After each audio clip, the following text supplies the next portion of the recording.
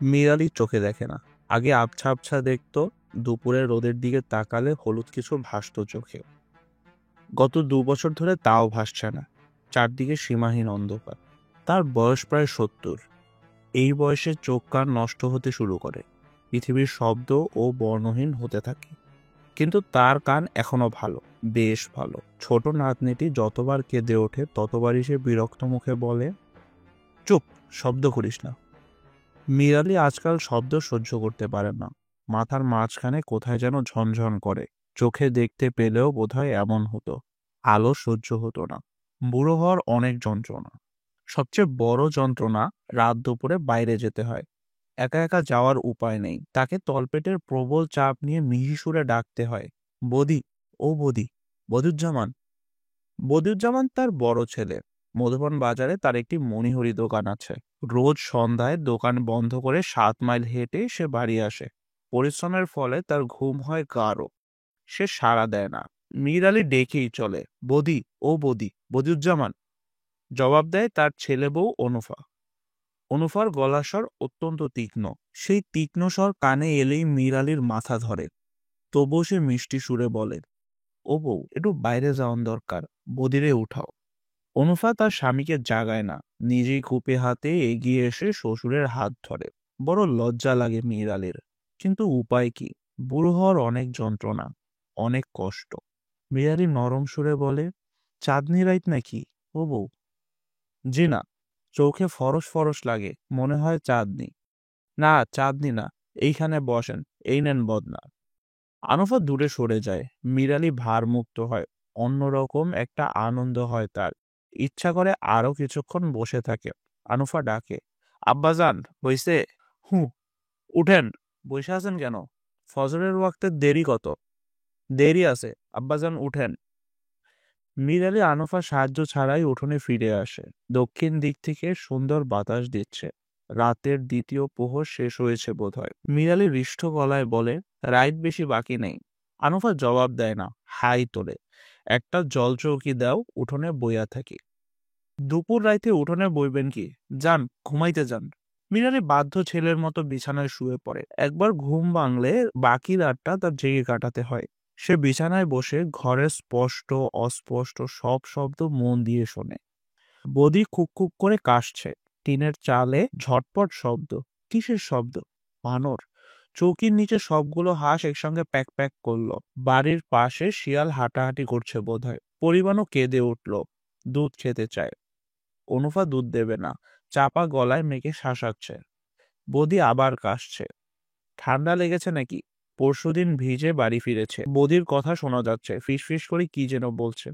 কি বলছে? এত ফিসফিসানি কেন? মিরালি কান খাড়া করে শোনার চেষ্টা করে। কাক ডাকলো। সকাল হচ্ছে নাকি? মিরালি ভোরের প্রতীক্ষা করে। তার তলপেট আবার ভারী হয়ে ওঠে। বদি, ও বদি, বদিউজ্জামান। কি? একটু বাইরে যাওয়ার দরকার। বদি সারা শব্দ করে না। পরিবাণও তার স্বরে কাঁদে। দুধ খেতে চায়। ও বদি, বদিউজ্জামান, আসি আসি, তাড়াতাড়ি কর। আরে দুত্তরি, এক রাইতে কয়বার বাইরে যাইবেন? বদি প্রচন্ড এক চর বসায় পরিবানোর গালে। বিরক্ত গলায় বলে, টর্চটা দাও অনুফা। অনুফা টর্চ খুঁজে পায়, কিন্তু অন্ধকারে ব্যাটারি খুঁজে পায় না। মীর আলী অপেক্ষা করতে করতে একসময় অবাক হয়ে বুঝতে পারে তার প্রস্রাব হয়ে গেছে। বিছানার একটা অংশ ভেজা। সে অত্যন্ত বিচলিত বোধ করে।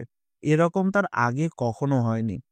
আসেন যাই, যত ঝামেলা, দেখি হাতটা বাড়ান। বদি তার হাত ধরে। মীর আলী খুব দুর্বল ও অসহায় বোধ করে। এখন থেকে ঘরের মধ্যে একটা পাতিলে পেশাব করবেন। ঝামেলা ভালো লাগে না। আচ্ছা, আর পানি কম খাইবেন, বুঝলেন? আচ্ছা।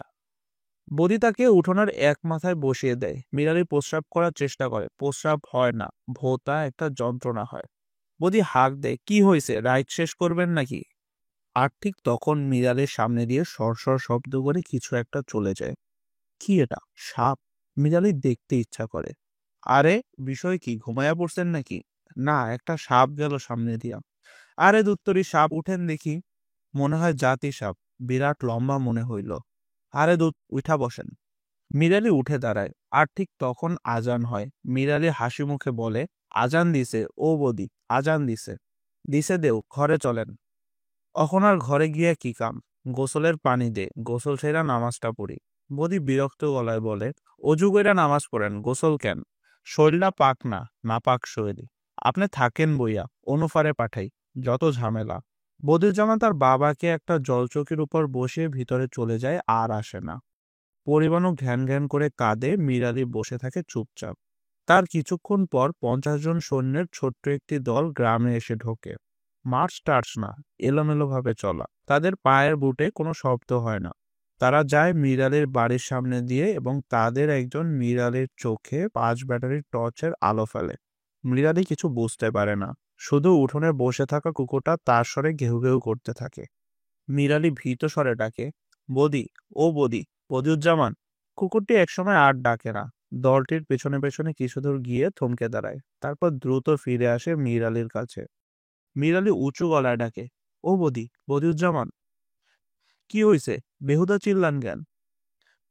বাড়ির সামনে দিয়ে কারা যেন গেল।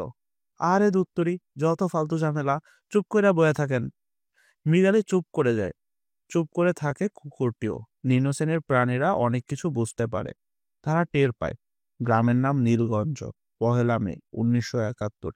ক্ষুদ্র সেনাবাহিনীর অধিনায়ক একজন মেজর এজাজ আহমেদ। কাকল মিলিটারি একাডেমির একজন কৃতি ক্যাডেট। বাড়ি পেশোয়ারের এক অখ্যাত গ্রামে। তার গায়ের নাম রেশোবা। 2, ময়মনসিংহ ভৈরব লাইনের একটি স্টেশন নান্দাইল রোড।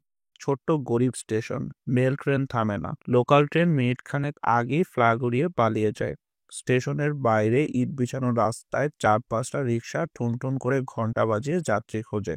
সুরেলা গলা শোনা যায়, রুয়াইল বাজার যাওনের কেউ আসুইন, রুয়াইল বাজার।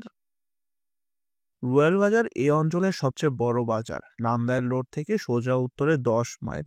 খুব খারাপ রাস্তা, বর্ষাকালে রিক্সা চলে না, হেঁটে যেতে হয়। এঁটেল মাটির পা দেবে যায়, ঠিক ঠিক ঘন কাদা। নান্দাইল রোড থেকে রুয়াইল বাজার আসতে বেলা পুড়িয়ে যায়। বাজারটি অন্য সব গ্রাম্য বাজারের মতো, তবে স্থানীয় লোকদের খুব অহংকার একে নিয়ে। কি নেই এখানে?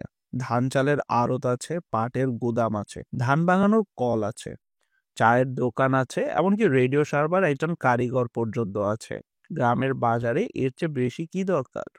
রুয়াইল বাজারকে পেছনে ফেলে আরো মাইল 30 উত্তরে মধুবন বাজার। যাতায়াতের একমাত্র ব্যবস্থা গরুর গাড়ি, তাও শীতকালে। বর্ষায় হাঁটা ছাড়া অন্য উপায় নেই। উজান দেশ, নদীনালা নেই যে নৌকা চলবে।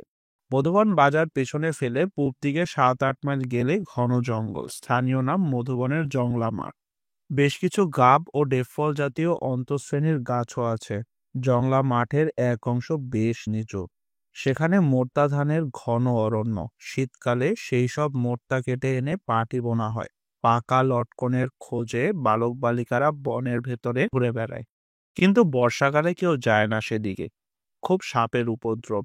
বনে ঢুকে প্রতি বছরই 2-1টা গরু ছাগল সাপের হাতে মারা পড়ে। জংলা মাঠের পেছনে নীলগঞ্জ গ্রাম। দরিদ্র শ্রীহীন 30-40 ঘরের একটি বিচ্ছিন্ন জনপদ। বিচ্ছিন্ন জলাভূমি গ্রামটিকে কাস্টের মতো দুদিকে ঘিরে আছে। যেখানে শীতকালে প্রচুর পাখি আসে, পাখি মারা জাল নিয়ে পাখি ধরে বাজারে বিক্রি করে পাখি মারারা। চাষাবাদ যা হয় দক্ষিণের মাঠে। জমি উর্বর নয়, কিন্তু এরা ভালো চাষি নয়। ফসল ভালো হয় না, তবে শীতকালে এরা প্রচুর রবি শস্য করে। বর্ষার আগে আগে করে তরমুজ ও বাঙ্গি। দক্ষিণের জমিতে কোনো রকম যত্ন ছাড়াই এ ফল প্রচুর জন্মায়। গ্রামের অধিকাংশ ঘরেই খড়ের ছাউনি। সম্প্রতি কয়েকটি টিনের ঘর হয়েছে। বদিউজ্জামানের ঘরটি টিনের। তার হাতে এখন কিছু পয়সা কড়ি হয়েছে। টিনের ঘর বানানো ছাড়াও সে একটি সাইকেল কিনেছে। চালানো শিখে ওঠেনি বলে এখনো সে হেঁটেই মধুবন বাজার যায়। সপ্তাহে একবার নতুন সাইকেলটি ঝাড়পোছ করে। গ্রামের একমাত্র পাকা দালানটি প্রকাণ্ড। 2 বিঘা জমির উপর একটি হুলস্থুল ব্যাপার। সুসুং দুর্গাপুরের মহারাজা নায়েব চন্দ্রকান্ত সেন মশাই এ বাড়ি বানিয়ে প্রবেশ গৃহের দিন সর্পঘাতে মারা পড়েন। চন্দ্রকান্ত সেন প্রচুর ধন সম্পদ করেছিলেন। তার মৃত্যুর পর সেসবের কোনো হদিস পাওয়া যায়নি। সবার ধারণা সোনাদানা পিতলের কলসি ভরে তিনি জগ করে গেছেন। তার উত্তরাধিকাররা পিতলের কলসি খুঁজে প্রচুর খোঁড়াখুড়ি করেছে, কোনো সন্ধান পাওয়া যায়নি। চন্দ্রকান্ত সেন মশাইয়ের বর্তমান একমাত্র উত্তরাধিকার নীলু সেন প্রকাণ্ড দালানটিতে থাকেন। তার বয়স প্রায় 50, দেখায় তার চেয়েও বেশি। নীলু সেনকে গ্রামে যথেষ্ট খাতির করা হয়। যাবতীয় সালিসিতে তিনি থাকেন। বিয়ে শাদীর কোনো কথাবার্তা তাকে ছাড়া কখনো হয় না। লোকটি অত্যন্ত মিষ্টিভাষী। এই গ্রামের সবচেয়ে সম্পদশালী ব্যক্তি হচ্ছে জয়নাল মিয়া। প্রচুর বিষয় সম্পত্তির মালিক। মধুবন বাজারে তার দুটি ঘরও আছে। লোকটি মেরুদণ্ডহীন। সবার মন রেখে কথা বলার চেষ্টা করে। গ্রাম্য সালিসিতে সবার কথাই সমর্থন করে বিচার সমস্যা জটিল করে তোলে। তবু সবাই তাকে মোটামুটি সহ্য করে। সম্পদশালীরা এই সুবিধাটি সব জায়গাতেই ভোগ করে। দুজন বিদেশি লোক আছে নীলগঞ্জে। একজন নীলগঞ্জ মসজিদের ইমাম সাহেব। এত জায়গা থাকতে তিনি এই দুর্গম অঞ্চলে ইমামতি করতে কেন এসেছেন সে রহস্যের মীমাংসা হয়নি। তিনি মসজিদেই থাকেন। মাসের 15 দিন জয়নাল মিয়ার বাড়িতে খান। বাকি 15 দিন পালা করে অন্য ঘরগুলোতে খান। কিছুদিন হলো তিনি বিয়ে করে এই গ্রামে স্থায়ীভাবে থাকবার ইচ্ছা প্রকাশ করেছেন। প্রস্তাবটিতে কেউ এখনো উৎসাহ দেখাচ্ছে না। ধানি জমি দিতে পারে জয়নাল মিয়া। সে প্রসঙ্গ এড়িয়ে যাচ্ছে, শুনেও না শোনার ভান করছে। দ্বিতীয় বিদেশি লোকটি হচ্ছে আজিজ মাস্টার। সে নীলগঞ্জ প্রাইমারি স্কুলের হেডমাস্টার। প্রাইমারি স্কুলের সরকারি সাহায্যে 3 বছর আগে শুরু হয়। উদ্দেশ্য বোধহয় একটি, দুর্গম অঞ্চলে শিক্ষার আলো পৌঁছানো। উদ্দেশ্য সফল হয়নি। শিক্ষকেরা কেউ বেশি দিন থাকতে পারে না। খাতাপত্রে 3 জন শিক্ষক থাকার কথা, এখন আছে একজন, আজিজ মাস্টার। লোকটি রুগ্ন, নানা রকম অসুখ বিসুখ, তার মধ্যে প্রধান হচ্ছে হাঁপানি। শীতকালে প্রকোপ হয়, গরমকালটা মোটামুটি ভালোই কাটে। আজিজ মাস্টার একজন কবি। সে গত 3 মাসে 4 নম্বরই একটি রুলটানা খাতা কবিতা লিখে পড়িয়ে ফেলেছেন। প্রতিটি কবিতা একটি রমণীকে উদ্দেশ্য করে লেখা, যাকে বিভিন্ন সময় বিভিন্ন নামে ডাকা হয়েছে, যেমন স্বপ্নরানী, কেশবতী, অচিন পাখি ইত্যাদি। তার 3টি কবিতা নেত্রকোনা থেকে প্রকাশিত মাসিক কিষাণ পত্রিকায় ছাপা হয়েছে। আজিজ মাস্টারের কাব্য প্রতিভা সম্পর্কে গ্রামের লোক ওকিবহাল। তারা এই কবিকে যথেষ্ট সমীহ করে। সমীহ করবার আরেকটি কারণ হলো আজিজ মাস্টার গ্রামের সবচেয়ে শিক্ষিত মানুষ। বিয়ে পর্যন্ত পড়েছিল, পরীক্ষা দেওয়া হয়নি, তার আবার পরীক্ষা দেওয়ার কথা। সে জয়নাল মিয়ার একটি ঘরে থাকে। তার স্ত্রী সে ভাবিসাব ডাকে, কিন্তু তার বড় মেয়েটি দেখলেই কেমন যেন বিচলিত বোধ করে। মেয়েটির নাম মালা। মাঝে মাঝে মালা তাকে ভাত বেড়ে দেয়। সেই সময়টা আজিজ মাস্টার বড় অস্বস্তি বোধ করে। সে যখন বলে, মামা আরেকটু ভাত দেই, তখন কোনো কারণ ছাড়াই আজিজ মাস্টারের কান টান লাল হয়ে যায়। আজিজ মাস্টার কয়েকদিন আগে মালা রানী নামে একটি দীর্ঘ কবিতা রচনা করেছেন। কবিতাটি কিষাণ পত্রিকায় পাঠাবে কিনা এ নিয়ে সে বেশ চিন্তিত। হয়তো পাঠাবে। নীলগঞ্জের যে দিকটায় জলাভূমি, একদল কৈবর্ত থাকে সেদিকে। গ্রামের সঙ্গে তাদের খুব একটা যোগ নেই। মাছ ধরার সিজনে জলমহলে মাছ মারতে যায়, আবার ফিরে আসে। কর্মহীন সময়টা চুরি ডাকাতি করে। নীলগঞ্জের কেউ এদের ঘাটায় না। গত বছর কৈবর্তপাড়ায় খুন হলো একটা। নীলগঞ্জের মাতবররা এমন ভাব করলেন যেন তারা কিছুই জানেন না। থানা পুলিশ কিছুই হলো না। যার ছেলে খুন হলো সে চিত্রা বুড়ি কিছুদিন ছোটাছুটি করলো নীলু সেনের কাছে। নীলু সেন শুকনো গলায় বলেন, তোদের ঝামেলা তোরা মিটা, থানাওয়ালাদের কাছে যা। বুড়ি ফোপাতে ফোপাতে বলল, থানাওয়ালার কাছে গেলে আমারে দহের মধ্যে পুইত্তা থইব কইছে। নীলু সেন গম্ভীর হয়ে গেলেন, টেনে টেনে বললেন, এদের ঘাটাঘাটি করা ঠিক না। রক্ত গরম জাত, কি করতে কি করে, বিচার হইতো না। নীলু সেন তার জবাব দিতে পারলেন না। অস্পষ্টভাবে বললেন, এখন বাদ দে, পরে দেখি কিছু করা যায় কিনা। বুড়ি আরো কিছুদিন ছোটাছুটি করলো, এবং একদিন দেখা গেল কৈবর্তরা দল বেঁধে জলমহলে মাছ মারতে গিয়েছে, বুড়িকে সঙ্গে নেয়নি। বুড়ি আকাশ ফাটিয়ে চিৎকার করলো কিছুদিন। নীলু সেনের দালানের এক প্রান্তে থাকতে লাগলো। কৈবর্তরা ফিরে এলো 3 মাস পর, কিন্তু বুড়ির জায়গা হলো না। সে এবাড়ি ওবাড়ি ভিক্ষা করে খেতে লাগলো। হতদরিদ্র নীলগঞ্জের প্রথম ভিক্ষুক। সব গ্রামের মতো এই গ্রামে একজন পাগলও আছে, মতি মিয়ার শালা নিজাম। সে বেশিরভাগ সময় সুস্থ থাকে, শুধু 2-1 দিন মাথা গরম হয়ে যায়। তখন তার গায়ে কোনো কাপড় থাকে না। গ্রামের এ মাথা থেকে ও মাথা পর্যন্ত ছোটাছুটি করতে থাকে। দুপুরের রোদ খুব বেড়ে গেলে মধুবন জংলায় ঢুকে পড়ে। পাগলদের সাপে কাটে না প্রবাদটি হয়তো সত্যি। নিজাম বহাল তবিয়ত বন থেকে বেরিয়ে আসে। ছোটাছুটি করা এবং বনের ভেতরে বসে থাকা ছাড়া সে অন্য কোনো উপদ্রব করে না। গ্রামের পাগলদের গ্রামবাসীরা খুব স্নেহের চোখে দেখে। তাদের প্রতি এক অন্য ধরনের মমতা থাকে সবার। চিত্রা বুড়ি রাতে এক নাগাড়ে কখনো ঘুমায় না। ক্ষণে ক্ষণে জেগে উঠে চেঁচায়, কেলা যায় গো, লোকটাকে। তার ঘুমোবার জায়গাটা হচ্ছে সেনবাড়ির পাকা কালী মন্দিরের চাতাল। নীলু সেন তাকে থাকবার জন্য একটা ঘর দিয়েছিলেন, সেখানে নাকি তার ঘুম হয় না।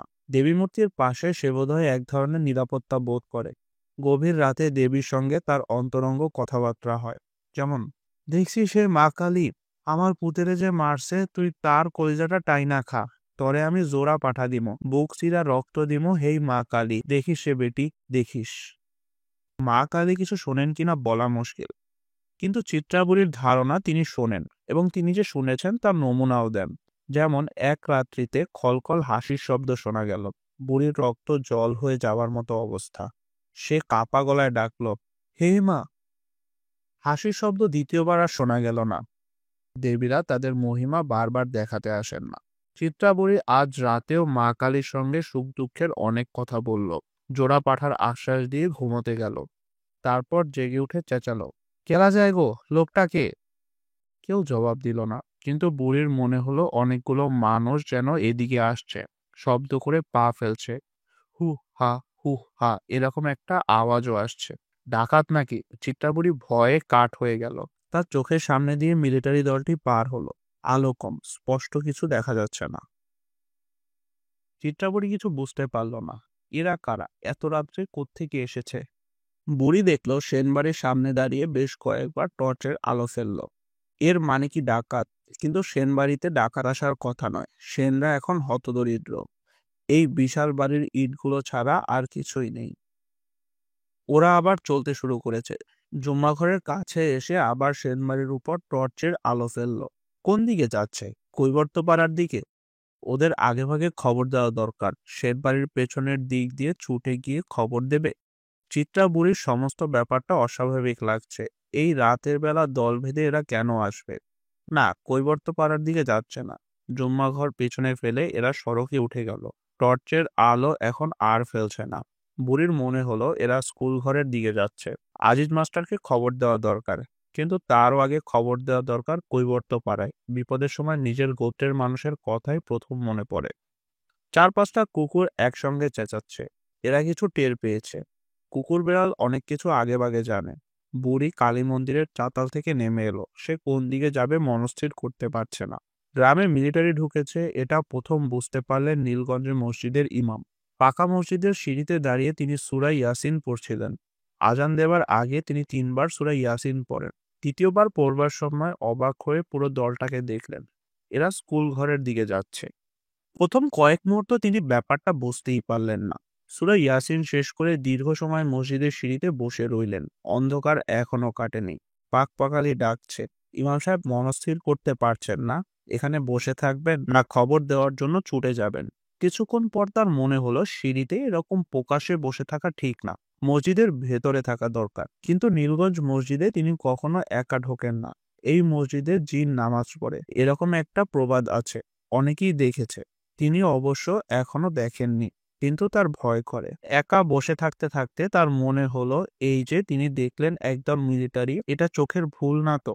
নান্দান রোডে মিলিটারি আসেনি, সোহাগী আসেনি, এখানে আসবে কেন? এখানে আছেটা কি? নেহাতি গন্ডগ্রাম।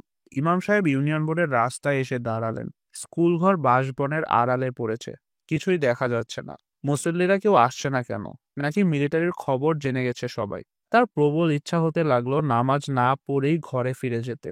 আকাশ ফর্সা হতে শুরু করেছে, অথচ কারও দেখা নেই। দীর্ঘ সময় অপেক্ষা করবার পর মতি মিয়াকে আসতে দেখা গেল।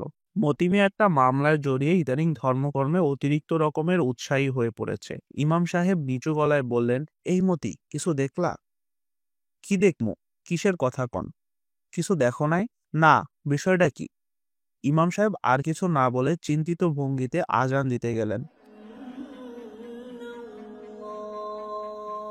আজান শেষ করে মতি মিয়াকে আবার জিজ্ঞেস করলেন, স্কুল ঘরের কাছে কিছুই দেখো নাই? না, ব্যাপারটা কি ভাইঙ্গা কন। মনে হয় গ্রামে মিলিটারি ঢুকছে। কি ঢুকছে? মিলিটারি। আরে কি কন, এই গ্রামে মিলিটারি আইব কেন? আমি যাইতে দেখলাম। চোখের ধান্দা, অন্ধকারে কি দেখতে কি দেখছেন? নান্দাইল রোডে তো এখন তক মিলিটারি আসে নাই। তুমি জানলা কেমনে? আমার শালা আইছে গতকাল, নিজামের বড় ভাই। আমি কিন্তু নিজের চোখে দেখলাম। আরে না, মিলিটারি আইলে এতক্ষণে গুলি শুরু হইয়া যাইত। মিলিটারি কি সোজা জিনিস? ইমাম সাহেব নামাজ শুরু করবার আগেই আরো 3জন নামাজি এসে পড়ল। তারাও কিছু জানে না। একজন এসেছে স্কুল ঘরের সামনে দিয়ে, সেও কিছু দেখেনি। ইমাম সাহেব আজ অত্যন্ত সংক্ষিপ্ত নামাজ পড়লেন। নামাজের শেষে সাধারণত তিনি হাদিস কোরআনের দু একটি কথা বলেন, আজ কিছুই বললেন না। বাড়ির দিকে রওনা হলেন। বেশ আলো চারদিকে, অনেক দূর পর্যন্ত দেখা যাচ্ছে। জোড়া শিমুল গাছের কাছে এসে তিনি আর চোখে স্কুল ঘরের দিকে তাকালেন। বারান্দায় সারি সারি সৈন্য বসে আছে। ইমাম সাহেবের মনে হলো স্কুল কম্পাউন্ডের গেটের কাছে দাঁড়ানো একটা লোক হাতের ইশারা করে তাকে ডাকছে। লোকটার পরনে ফুল প্যান্ট এবং নীল রঙের একটি হাফ শার্ট। কিন্তু তাকে ডাকছে কেন? নাকি তিনি ভুল দেখছেন? ইমাম সাহেবের কপালে বিন্দু বিন্দু ঘাম জমল। তিনি একবার আয়াতুল কুরসি ও 3 বার দোয়া ইউনুস পড়ে স্কুল ঘরের দিকে এগুলেন। নীল শার্ট পরা লোকটিও এগিয়ে আসছেন তার দিকে। ব্যাপারটা কি? এ কে? তিনি অতি দ্রুত দোয়া ইউনুস পড়তে লাগলেন। লা ইলাহা ইল্লা আনতা সুবহানাকা ইন্নী কুনতু মিনাজ জালিমিন। এ দোয়াটা খুব কাজের। হযরত ইউনুস আলাইহিসসালাম মাছের পেটে বসে এ দোয়া পড়েছিলেন। নীল শার্ট পরা লোকটি এগিয়ে আসছেন। কি চায় সে? আপনি কে? আমি এই গ্রামের ইমাম। আসসালামু আলাইকুম ইমাম সাহেব। ওয়ালাইকুম আসসালাম ওয়া রাহমাতুল্লাহ। আপনি একটু আসেন আমার সাথে। কই যাইতাম? আসেন, মেজর সাহেব আপনাকে ডাকেন। ভয়ের কিছু নেই। ইমাম সাহেব 3 বার ইয়া মুকাদ্দেমু পড়ে ডান পা আগে ফেললেন। সঙ্গে নীল শার্ট পরা লোকটি মৃদুস্বরে বলল, এত ভয় পাচ্ছেন কেন? ভয়ের কিছু নেই। আজিজ মাস্টারের অনিদ্রা রোগ আছে। অনেক রাত পর্যন্ত তাকে জেগে থাকতে হয় বলেই অনেক বেলা পর্যন্ত ঘুমোতে হয়। আজ তাকে ভোরের আলো ফোটার আগেই জাগতে হলো। কারণ স্কুলের দপ্তরি ও দারোয়ান রাসমোহন চন্দ্র শব্দে দরজা ধাক্কা দিচ্ছে। যেন ভূমিকম্প হচ্ছে। এক্ষুনি আজিজ মাস্টারকে ঘর থেকে বের হতে হবে। বন্ধ দরজার ওপাশ থেকে আজিজ মাস্টার কথা বলল। এই রাসমোহন, কি ব্যাপার? মিলিটারি, গ্রামে মিলিটারি আসছে স্কুল ঘরে। কি বলছিস রাসমোহন? আপনারে স্যার ডাকে। আজিজ মাস্টার দরজা খুলে দেখল রাসমোহনের থুতনি বেয়ে ঘাম পড়ছে। গায়ের ফতুয়াটাও ঘামে ভেজা। স্কুল থেকে দৌড়ে এসেছে বোধহয়। শব্দ করে শ্বাস টানছে। রাসমোহন আবার বলল, মিলিটারি আপনারা ডাকে স্যার। আজিজ মাস্টার রাসমোহনের কথা মোটেও বিশ্বাস করল না। সময়টা খারাপ। খাকি পোশাকের একজন পিয়ন দেখলেও সবাই ভাবে পাঞ্জাবি মিলিটারি। রাসমোহনের রজ্জুতে সর্পভ্রম হয়েছে। থানাওয়ালারা কেউ এসেছে কেন্দুয়া থেকে। খুব সম্ভব চিত্রাবরীর ছেলের ব্যাপারে। মার্ডার কেসে পুলিশের খুব উৎসাহ। দল বেঁধে চলে আসে। নগদ বিদায়ের ব্যবস্থা আছে। এখানেও তাই হয়েছে। আজিজ মাস্টার অনেকখানি সময় নিয়ে হাত মুখ ধুলো। তার মাথায় চুল নেই, তবুও যত্ন করে চুল আঁচড়ালো। পরিষ্কার করে পাঞ্জাবি গায়ে দিয়ে রাস্তায় বেরোলো। অর্ধেক পর আসার পর তার মনে হলো চাবি ফেলে এসেছেন। আবার ফিরে গেল চাবি আনতে। বাড়ি ফেরবার পথে সত্যি সত্যি বুঝলো গ্রামে মিলিটারি এসেছে। মতি মিয়ার সঙ্গে তার দেখা হলো। রতন মাঝির সঙ্গে দেখা হলো। বাড়ি ঢুকবার মুখে জয়নাল মিয়াকেও ছাতা মাথায় দিয়ে আসতে দেখা গেল। রাসমোহন এদের প্রত্যেককে একবার একবার করে তার অভিজ্ঞতার কথা বলল। রাসমোহনের বর্ণনা মতে সে স্কুল ঘরের বারান্দায় ঘুমোচ্ছিল। তখন চারদিকে অন্ধকার। কে যেন তার পায়ে একটা ঝাঁকুনি দিয়ে মুখে টর্চের আলো ফেলল। সে উঠে বসে দেখে স্কুলে মিলিটারি গিজগিজ করছে। জয়নাল মিয়া নিচু গলায় বলল, আন্দাজ কতজন হইব? 400-500 কম না। কও কি তুমি? বেশিও হইতে পারে। সবটি মস্ত জোয়ান। জোয়ান তো হইবই। মিলিটারি দুবলা পাতলা হয় নাকি? হাতে অস্ত্রপাতি আছে? জয়নাল মিয়া বিরক্ত মুখে বলল, অস্ত্রপাতি তো থাকবই। এরা কি বিয়া করতে আইছে? আজিজ মাস্টার গম্ভীর গলায় বলল, তারপর কি হয়েছে রাসমোহন? তারা আমার নাম জিগাইল। আজিজ মাস্টার বলল, কোন ভাষায়? উর্দু না ইংরেজি? বাংলায়। পরিষ্কার জিগাইল, তোমার নাম কি? তুমি কে? কি করো? তা কিভাবে হয়? এরা তো বাংলা জানে না। আমি স্যার পরিষ্কার শুনলাম, নিজের কানে শুনলাম। তারপর বলো, তারপর কি হলো? আমি কইলাম আমার নাম রাসমোহন, আমি স্কুলের দপ্তরি। তখন তারা কইল, হেডমাস্টারের ডাইকে আনো। বাংলায় বলল, জি স্যার। আরে কি যে বলে পাগল ছাগলের মতো। এরা বাংলা জানে নাকি? কি শুনতে কি শুনেছ? আজিজ একটা সিগারেট ধরাতে গিয়ে লক্ষ্য করলো তার হাত কাঁপছে এবং প্রস্রাবের বেগ হচ্ছে। খুব খারাপ লক্ষণ। এক্ষুনি হাঁপানির টান শুরু হবে। অতিরিক্ত উত্তেজনায় তার হাঁপানির টান ওঠে। এখন সিগারেট খাওয়াটা ঠিক হবে না জেনেও আজিজ মাস্টার লম্বা লম্বা টান দিতে শুরু করলো। সে সাধারণত জয়নাল মিয়ার সামনে সিগারেট খায় না। জয়নাল মিয়া গম্ভীর গলায় বলল, তুমি যাও মাস্টার, বিষয়টা কি জান না আসো। আমি আমি কি জন্য যাব? আরে ডাকতেছে তোমারে। তুমি যাইবা না তো যাইবো ডাকে। আজিজ মাস্টারের সত্যি সত্যি হাঁপানির টান উঠে গেল। সিগারেট ফেলে দিয়ে সে লম্বা লম্বা শ্বাস নিতে শুরু করলো। জয়নাল মিয়া গম্ভীর গলায় বলল, এরা এইখানে থাকবার জন্য আসে নাই, বুঝলা? যাইতাছে অন্য কোনখানে। ভয়ের কিছু নাই। একটা পাকিস্তানি পতাকা হাতে নিয়ে যাও। একটা পতাকা আছে না, বাঁশের আগায় বাঁধো। আমি একলা যাব? বলেন কি? একসঙ্গে বেশি মানুষ যাওয়া ঠিক না। ঠিক বেঠিক যাই হোক, আমি একা যাব না। এইরকম করতেছো কেন মাস্টার? এরা বাঘও না, ভাল্লুকও না। একা যাব না, আপনারা চলেন আমার সাথে। সকাল প্রায় 7টার দিকে 6 জনের একটি ছোট্ট দলকে একটি পাকিস্তানি ফ্ল্যাগ হাতে নিয়ে স্কুল ঘরের দিকে আগাতে দেখা গেল। রোগা আজিজ মাস্টার দলটির নেতৃত্ব দিচ্ছে। সে স্কুল ঘরের কাছাকাছি এসে গলা ফাটিয়ে চিৎকার করলো, পাকিস্তান! দলের সবাই আকাশ বাতাস কাঁপিয়ে বলল, জিন্দাবাদ! কায়েদে আজম জিন্দাবাদ! লিয়াকত আলী খান জিন্দাবাদ! মহাকবি ইকবাল জিন্দাবাদ! রোদ উঠে গেছে। বৈশাখ মাসে অল্প সময়ে রোদ ঝাঁঝালো হয়ে ওঠে। ছোট্ট দলটি, যার নেতৃত্ব দিচ্ছে আজিজ মাস্টার, রোদে দাঁড়িয়ে ঘামছে। তাদের মুখ রক্তশূন্য। তারা বুকের মাঝে এক ধরনের কাঁপুনি অনুভব করছে। রাস্তার ওপাশে 4-5টা জারুল গাছ। গাছের নিচে গেলে ছায়া পাওয়া যায়, কিন্তু সেখানে যাওয়া ঠিক হবে কিনা আজিজ মাস্টার তা বুঝতে পারছে না। তারা জড়াজড়ি হয়ে দাঁড়িয়ে থেকে ধ্বনি দেয়, আর চোখে মিলিটারিদের দিকে তাকায়। সরাসরি তাকাতে সাহসে গোলায় না। সমস্ত বারান্দা জুড়ে মিলিটারিরা ছড়িয়ে ছিটিয়ে আছে। কেউ বসে আছে, কেউ মাথার নিচে হ্যামারসাক দিয়ে ঘুমের মতো পড়ে আছে। পাকিস্তান জিন্দাবাদ ধ্বনি দিয়ে এগিয়ে আসা দলটির প্রতি তাদের কোনো উৎসাহ দেখা গেল না। তাদের দৃষ্টি সন্ন্যাসীদের মতো নির্লিপ্ত, যেন জগতের কোনো কিছুই তাদের কিছু আসে যায় না। পাকিস্তানের ফ্ল্যাগটি মতি মিয়ার হাতে। সে হাত উঁচু করে ফ্ল্যাগটি দোলাচ্ছিল। হাত ব্যথা হয়ে গেছে, কিন্তু নামাবার সাহস হচ্ছে না। আজিজ মাস্টার খুব খুব করে কয়েকবার কাশলো। সেই শব্দে বারান্দায় বসা কয়েকজন তাকালো তার দিকে। আজিজ মাস্টার প্রাণপণে কাশি চাপতে চেষ্টা করলো। সময়টা খারাপ। এরকম সময়ে কাউকে অযথা বিরক্ত করা ঠিক না। কিন্তু ক্রমাগত কাশি উঠছে। আজিজ মাস্টার লক্ষ্য করলো, উঠোনের চেয়ার পেতে যে অফিসারটি বসে আছেন তিনি এক দৃষ্টিতে তাকিয়ে আছেন তার দিকে। অত্যন্ত রূপবান একজন মানুষ। মিলিটারি পোশাকেও তাকে রাজপুত্রের মতো লাগছে। এর চোখে মুখে কোনো ক্লান্তি নেই, তবে বসে থাকার ভঙ্গিটি শ্রান্তির ভঙ্গি। তিনি তার সামনের টেবিলে পা তুলে দিয়েছেন। গায়ের খয়েরি রঙের মোজা। মানুষটি প্রকাণ্ড, তবে সেই তুলনায় পায়ের পাতা দুটি ছোট। তার কাছাকাছি যে রোগা লোকটি দাঁড়িয়ে আছে তাকে দেখতে বাঙালির মতো লাগছে। তার গায়ে চকচকে নীল রঙের একটা শার্ট। এই লোকটা খুব ঘামছে। ময়লা একটা রুমালে ক্রমাগত ঘাড় মুছছে। অফিসারটি মৃদু স্বরে কি যেন বলল নীল শার্ট পরা লোকটিকে। নীল শার্ট পরা লোকটি তীক্ষ্ণ গলায় বলল, আপনাদের মধ্যে হেডমাস্টার সাহেব কে? আজিজ মাস্টার বুকের মধ্যে শিরশির করতে লাগলো। কে আপনাদের মধ্যে হেডমাস্টার? মতি মিয়া আজিজ মাস্টারের পিঠে মৃদু ধাক্কা দিল। আজিজ মাস্টার কাশির বেগ থামাতে থামাতে বলল, জি আমি। আপনি থাকেন, অন্য সবাইকে যেতে বলেন। যান ভাই, আপনারা সবাই যান, ভয়ের কিছু নাই। আজিজ মাস্টার একা দাঁড়িয়ে রইল। অন্যরা মনে হলো হাঁপ ছেড়ে বেঁচেছে। তবে তারা চলেও গেল না। জুম্মাগড়ের কাছে ছাতিম গাছের নিচে বসে রইল চুপচাপ। ব্যাপারটা কিছুই বোঝা যাচ্ছিল না। মাস্টার ফিরে না আসা পর্যন্ত কিচ্ছু পরিষ্কার হবে না। মতি বিড়ি ধরিয়ে টানতে লাগলো। সে জয়নাল মিয়ার সামনে বিড়ি খায় না, এই কথা তার মনে রইল না। সময়টা খারাপ। এই সময় কোনো কিছুই মনে থাকে না। ছোট চৌধুরীও সিগারেট ধরালেন। তিনি সকাল থেকে ঘামছেন। মতি মিয়া বলল, ভয়ের কিছু নাই। কি কন? না, ভয়ের কি? এরা ভাগও না, ভাল্লুকও না। এক্কেবারে খাঁটি কথা। অন্যায় তো কিছু করি নাই। অন্যায় করলে একটা কথা আসিল। একেবারে খাঁটি কথা, অতি ন্যায্য কথা।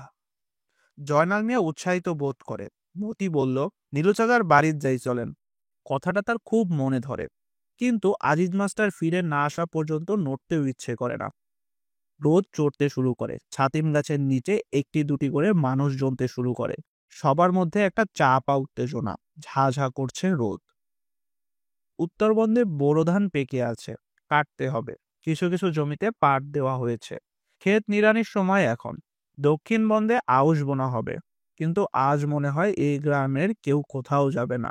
আজকের দিনটা চাপা উত্তেজনা নিয়ে সবাই অপেক্ষা করবে। এই গ্রামে বহুদিন এরকম ঘটনা ঘটেনি।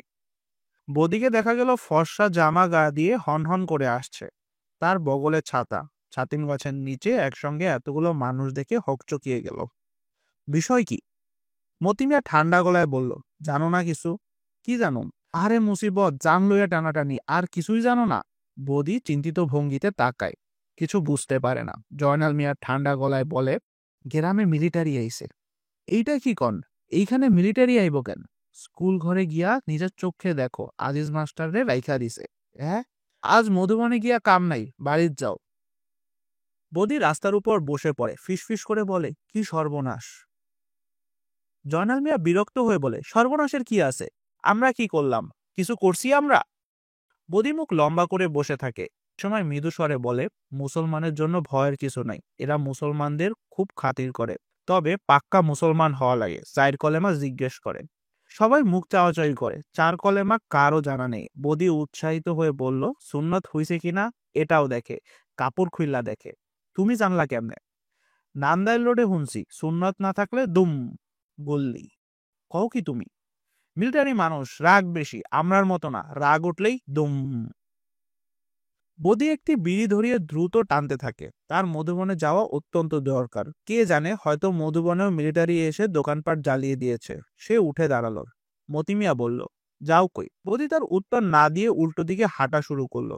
কুলঘরকে পাশ কাটিয়ে যেতে হবে, হাঁটতে হবে অনেক পথ। কড়া রোদ উঠেছে, আকাশে মেঘের লেশ মাত্র নেই। চারদিকে ঝা ঝা করছে রোদ। বদি হন হন করে ছুটছে। রোগা নীল শার্ট পরা লোকটি বাঙালি। সে আজিজ মাস্টারের দিকে তাকিয়ে শুকনো গলায় বলল, ইনি মেজর এজাজ আহমেদ, ইনারে সালাম দেন। আজিজ মাস্টার যন্ত্রের মতো বলল, সালাম আলাইকুম। মেজর এজাজ পরিষ্কার বাংলায় বললেন, আপনার নাম কি? জি, আমার নাম Azizur Rahman Mallick. Say it again. Aziz master নীল শার্ট পরা লোকটির দিকে তাকালো। সে ঠান্ডা গলায় বলল, নামটা আরেকবার বলেন, স্পষ্ট করে বলেন, গলায় জোর নাই। আজিজ মাস্টার বলল, আজিজুর রহমান মল্লিক। আপনি বসুন। কোথায় বসতে বলছে? বসার দ্বিতীয় কোনো চেয়ার নেই। মাটিতে বসতে বলেছে নাকি? আজিজ মাস্টারের গলা শুকিয়ে গেল। রোগা লোকটি স্কুল ঘর থেকে একটি চেয়ার নিয়ে এলো। ঠান্ডা গলায় বলল, বসেন। স্যার বসতে বলেছেন, বসেন। আজিজ মাস্টার সংকুচিত ভঙ্গিতে বলল, মেজর সাহেব দীর্ঘ সময় কোনো কথাবার্তা বললেন না। সরু চোখে তাকিয়ে রইলেন আজিজ মাস্টারের দিকে। আজিজ মাস্টার কাপা গলায় বলল, স্যার ভালো আছেন? রোগা লোকটি বলল, শুনেন ভাই, আগ বাড়িয়ে কিছু বলতে যাবেন না। যা জিজ্ঞাসা করবে শুধু তার জবাব দিবেন। ইনি লোক ভালো, ভয়ের কিছু নেই। স্যার বাংলা বলতে পারেন না, কিন্তু ভালো বোঝেন। জি আচ্ছা, আপনার ভয়ের কিছু নেই, আরাম করে বসেন। আজিজ মাস্টার আরাম করে বসার একটা ভঙ্গি করলো। মেজর সাহেব একটা সিগারেট ধরালেন, প্যাকেটটি বাড়িয়ে দিলেন আজিজ মাস্টারের দিকে। আজিজ মাস্টার ফ্যাল করে তাকালো। রোগা লোকটি বলল, স্যার দিচ্ছেন যখন নেন। বললাম না ইনি লোক ভালো। আজিজ মাস্টার একটা সিগারেট নিল। কি আশ্চর্য, মেজর সাহেব নিজে সিগারেটটি ধরিয়ে দিলেন। আজিজ মাস্টার তার ভদ্রতায় মুগ্ধ হলেন। পরবর্তী সময় তাদের মধ্যে নিম্নলিখিত কথাবার্তা হলো। মেজর সাহেব প্রশ্ন করলেন ইংরেজিতে, আজিজ মাস্টার জবাব দিল বাংলায়। কিছু প্রশ্ন আজিজ মাস্টার বুঝতে পারল না। নীল শার্ট পরা লোকটি সুন্দর করে বুঝিয়ে দিল, তোমার নাম কি আজিজুর রহমান মল্লিক? জি স্যার। মল্লিক মানে কি? জানি না স্যার। এই গ্রামে কতজন মানুষ? জানি না স্যার। কতজন হিন্দু আছে? জানি না স্যার। তুমি দেখি কিছুই জানো না। স্যার আমি বিদেশি মানুষ। বিদেশি মানুষ মানে তুমি পাকিস্তানি না? জি স্যার। তাহলে তুমি বিদেশি হলে কিভাবে? মেজর সাহেব চোখ বন্ধ করে জবাবের প্রতীক্ষা করতে লাগলেন। আজিজ মাস্টারের মাথায় কোনো জবাব এলো না। তুমি ইকবাল জিন্দাবাদ বলছিলে, ইকবাল কে?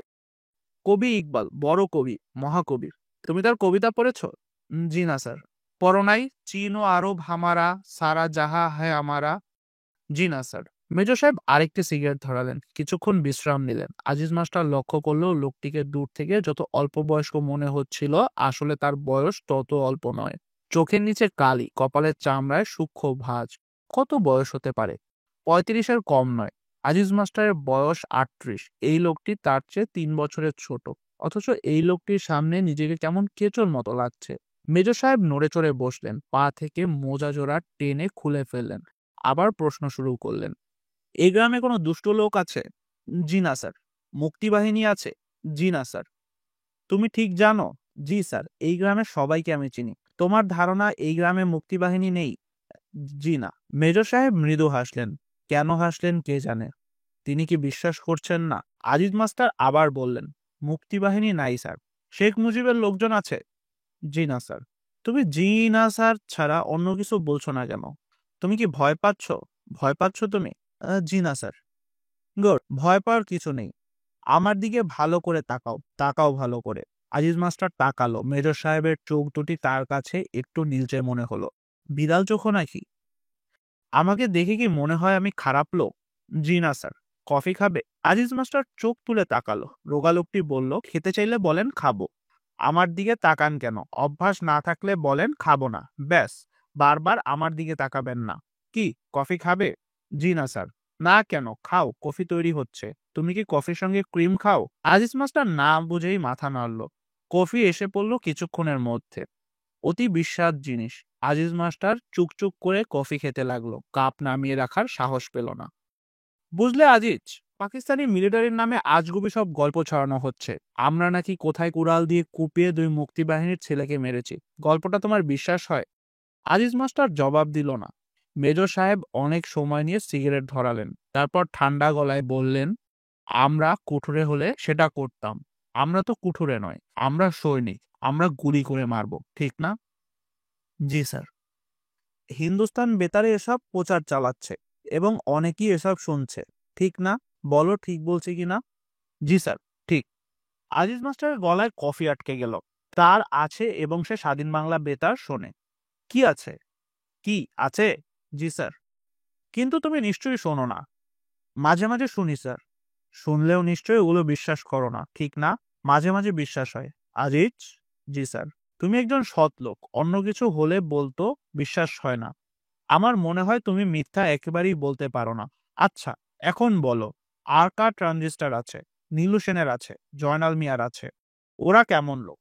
ভালো লোক স্যার, নির্বিরোধী মানুষ। এই গ্রামে খারাপ মানুষ কেউ নেই। তাই নাকি? জি স্যার। আচ্ছা ঠিক আছে, তুমি যাও, ভয়ের কিছু নেই।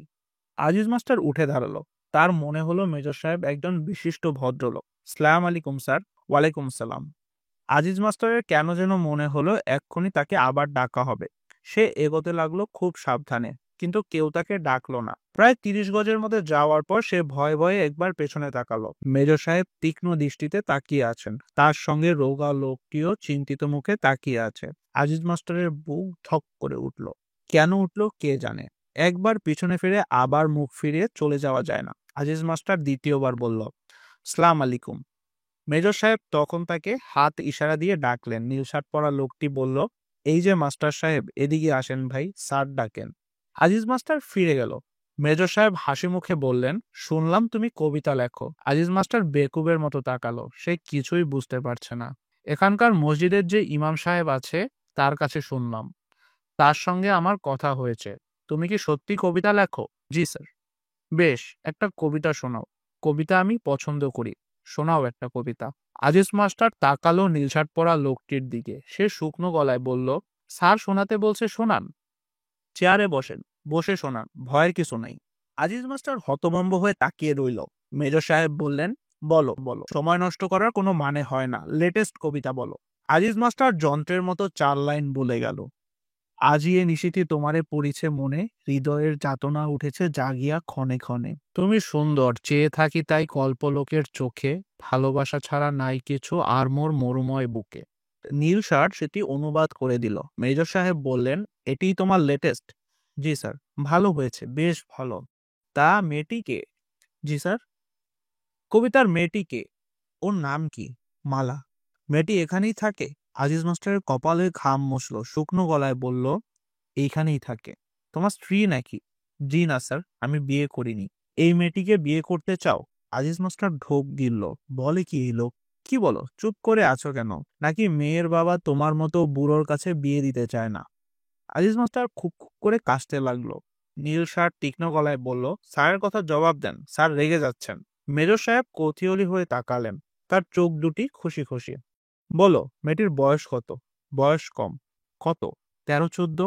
মেজর সাহেব হঠাৎ সুর পাল্টে নরম স্বরে জিজ্ঞেস করলেন, মেয়েটি কার? ওর বাবার নাম কি? আজিজ মাস্টার জবাব দিল না। মেজর সাহেব অসহিষ্ণু কণ্ঠে বললেন, শুধু শুধু দেরি করছো, বলে ফেলো। নীল শার্ট বলল, কেন শুধু শুধু রাগাচ্ছেন, বলে দেন না। জয়নাল মিয়ার মেয়ে, ওনার বড় মেয়ে, যার বাড়িতে ট্রানজিস্টার আছে। আজিজ মাস্টার বেশ অবাক হলো। লোকটির স্মৃতিশক্তি বেশ ভালো, মনে রেখেছে।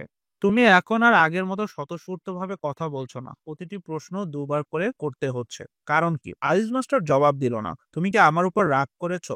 বলো, রাগ করেছো? না। এখন তুমি আর স্যার বলছো না কেন? নিশ্চয়ই তুমি আমার উপর রাগ করেছো। জি না স্যার। মেজর সাহেব অনেকখানি ঝুঁকে এলেন আজিজ মাস্টারের দিকে, গলার স্বর নিচে নামিয়ে বললেন, শোনো, ওই মেয়েটির সঙ্গে আমি তোমার বিয়ের ব্যবস্থা করে দিচ্ছি। আজ রাতে সম্ভব হবে না, আজ রাতে আমরা ব্যস্ত, কাল ভোরে। কি তুমি খুশি তো? আজিজ মাস্টার তাকিয়ে রইল। কি কথা বলছো না যে? বলো শুক্রিয়া। শুক্রিয়া? আমি কথার খেলাফ করি না, যা বলেছি তাই করব। এখন তুমি আমার কয়েকটি প্রশ্নের জবাব দাও। মেজর সাহেব সিগারেটের প্যাকেট বাড়িয়ে দিলেন, নিজে একটি ধরালেন। তার চোখে এখন আর হাসি ঝিকমিক করছে না। তোমাদের এই জংলা মাঠে কি আছে? কিছু নেই, জঙ্গল। আমি জানি ইস্ট বেঙ্গল রেজিমেন্টের বেশ কিছু জওয়ান এবং কয়েকজন অফিসার এখানে লুকিয়ে আছে। আজিজ মাস্টারের চোখ বড় হয়ে গেল। ওরা আমাদের দুজন অফিসারকে নিয়ে গেছে। একজন হচ্ছে আমার বন্ধু মেজর বখতিয়ার, ফুটবল প্লেয়ার। আমি কিছুই জানি না স্যার। কিছুই জানো না? জি না স্যার। আমি যতদূর জানি এই গ্রাম থেকে ওদের খাবার যাচ্ছে। আমি স্যার কিছুই জানি না। আমি ভাবছিলাম জানো। জানি না স্যার। মেজর সাহেব চোখ বন্ধ করে সিগারেট টানতে লাগলেন। প্রচন্ড প্রস্রাবের বেগ হয়েছে আজিজ মাস্টারের। সে ভয় ভয় বলল, স্যার আমি যাই। মেজর সাহেব চোখ না খুলেই বললেন, সেটা কি ঠিক হবে? আমরা ওদের ধরতে এসেছি। এখন তোমাকে যেতে দিলে খবরটা ওদের কাছে পৌঁছে যেতে পারে।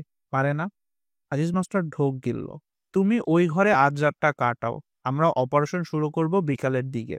আর একটা বড় কোম্পানি আসবে আমাকে সাহায্য করতে। ওদের জন্যই অপেক্ষা করছি। আজিজ মাস্টারের হাঁপানির টান উঠে গেল। টেনে টেনে শ্বাস নিতে লাগলো।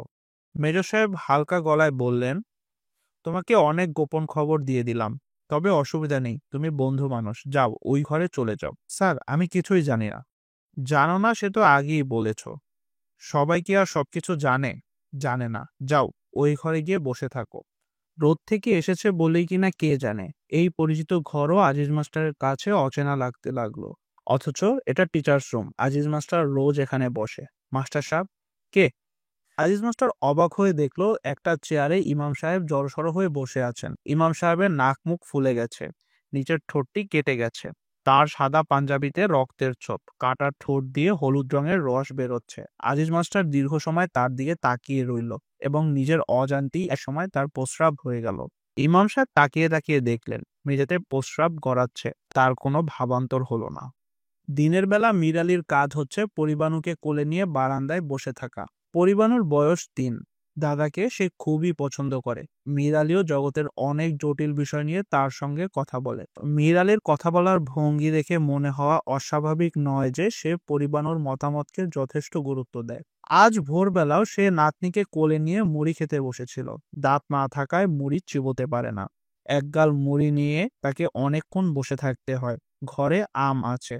একটা পাকা আমের রস মুড়ির বাটিতে ঢেলে দিলেই সমস্যার সমাধান হয়। অনুফা সেটা করবে না। বৌদি বাড়িতে না থাকলে সে তার শ্বশুরের খাওয়া দাওয়ার দিকে তেমন নজর দেয় না। আজ তার চা খেতে ইচ্ছে হচ্ছে। ঘরে চায়ের পাতা আছে, গুড় আছে, বৌদি এনে রেখেছে। তার বাবার জন্যই এনেছে। তিনি নিজে কানে শুনেছেন বৌদি বলেছে, বাজানরে মাঝে মধ্যে দিও, বুড়া মানুষ, চায়ে কাশির আরাম হয়।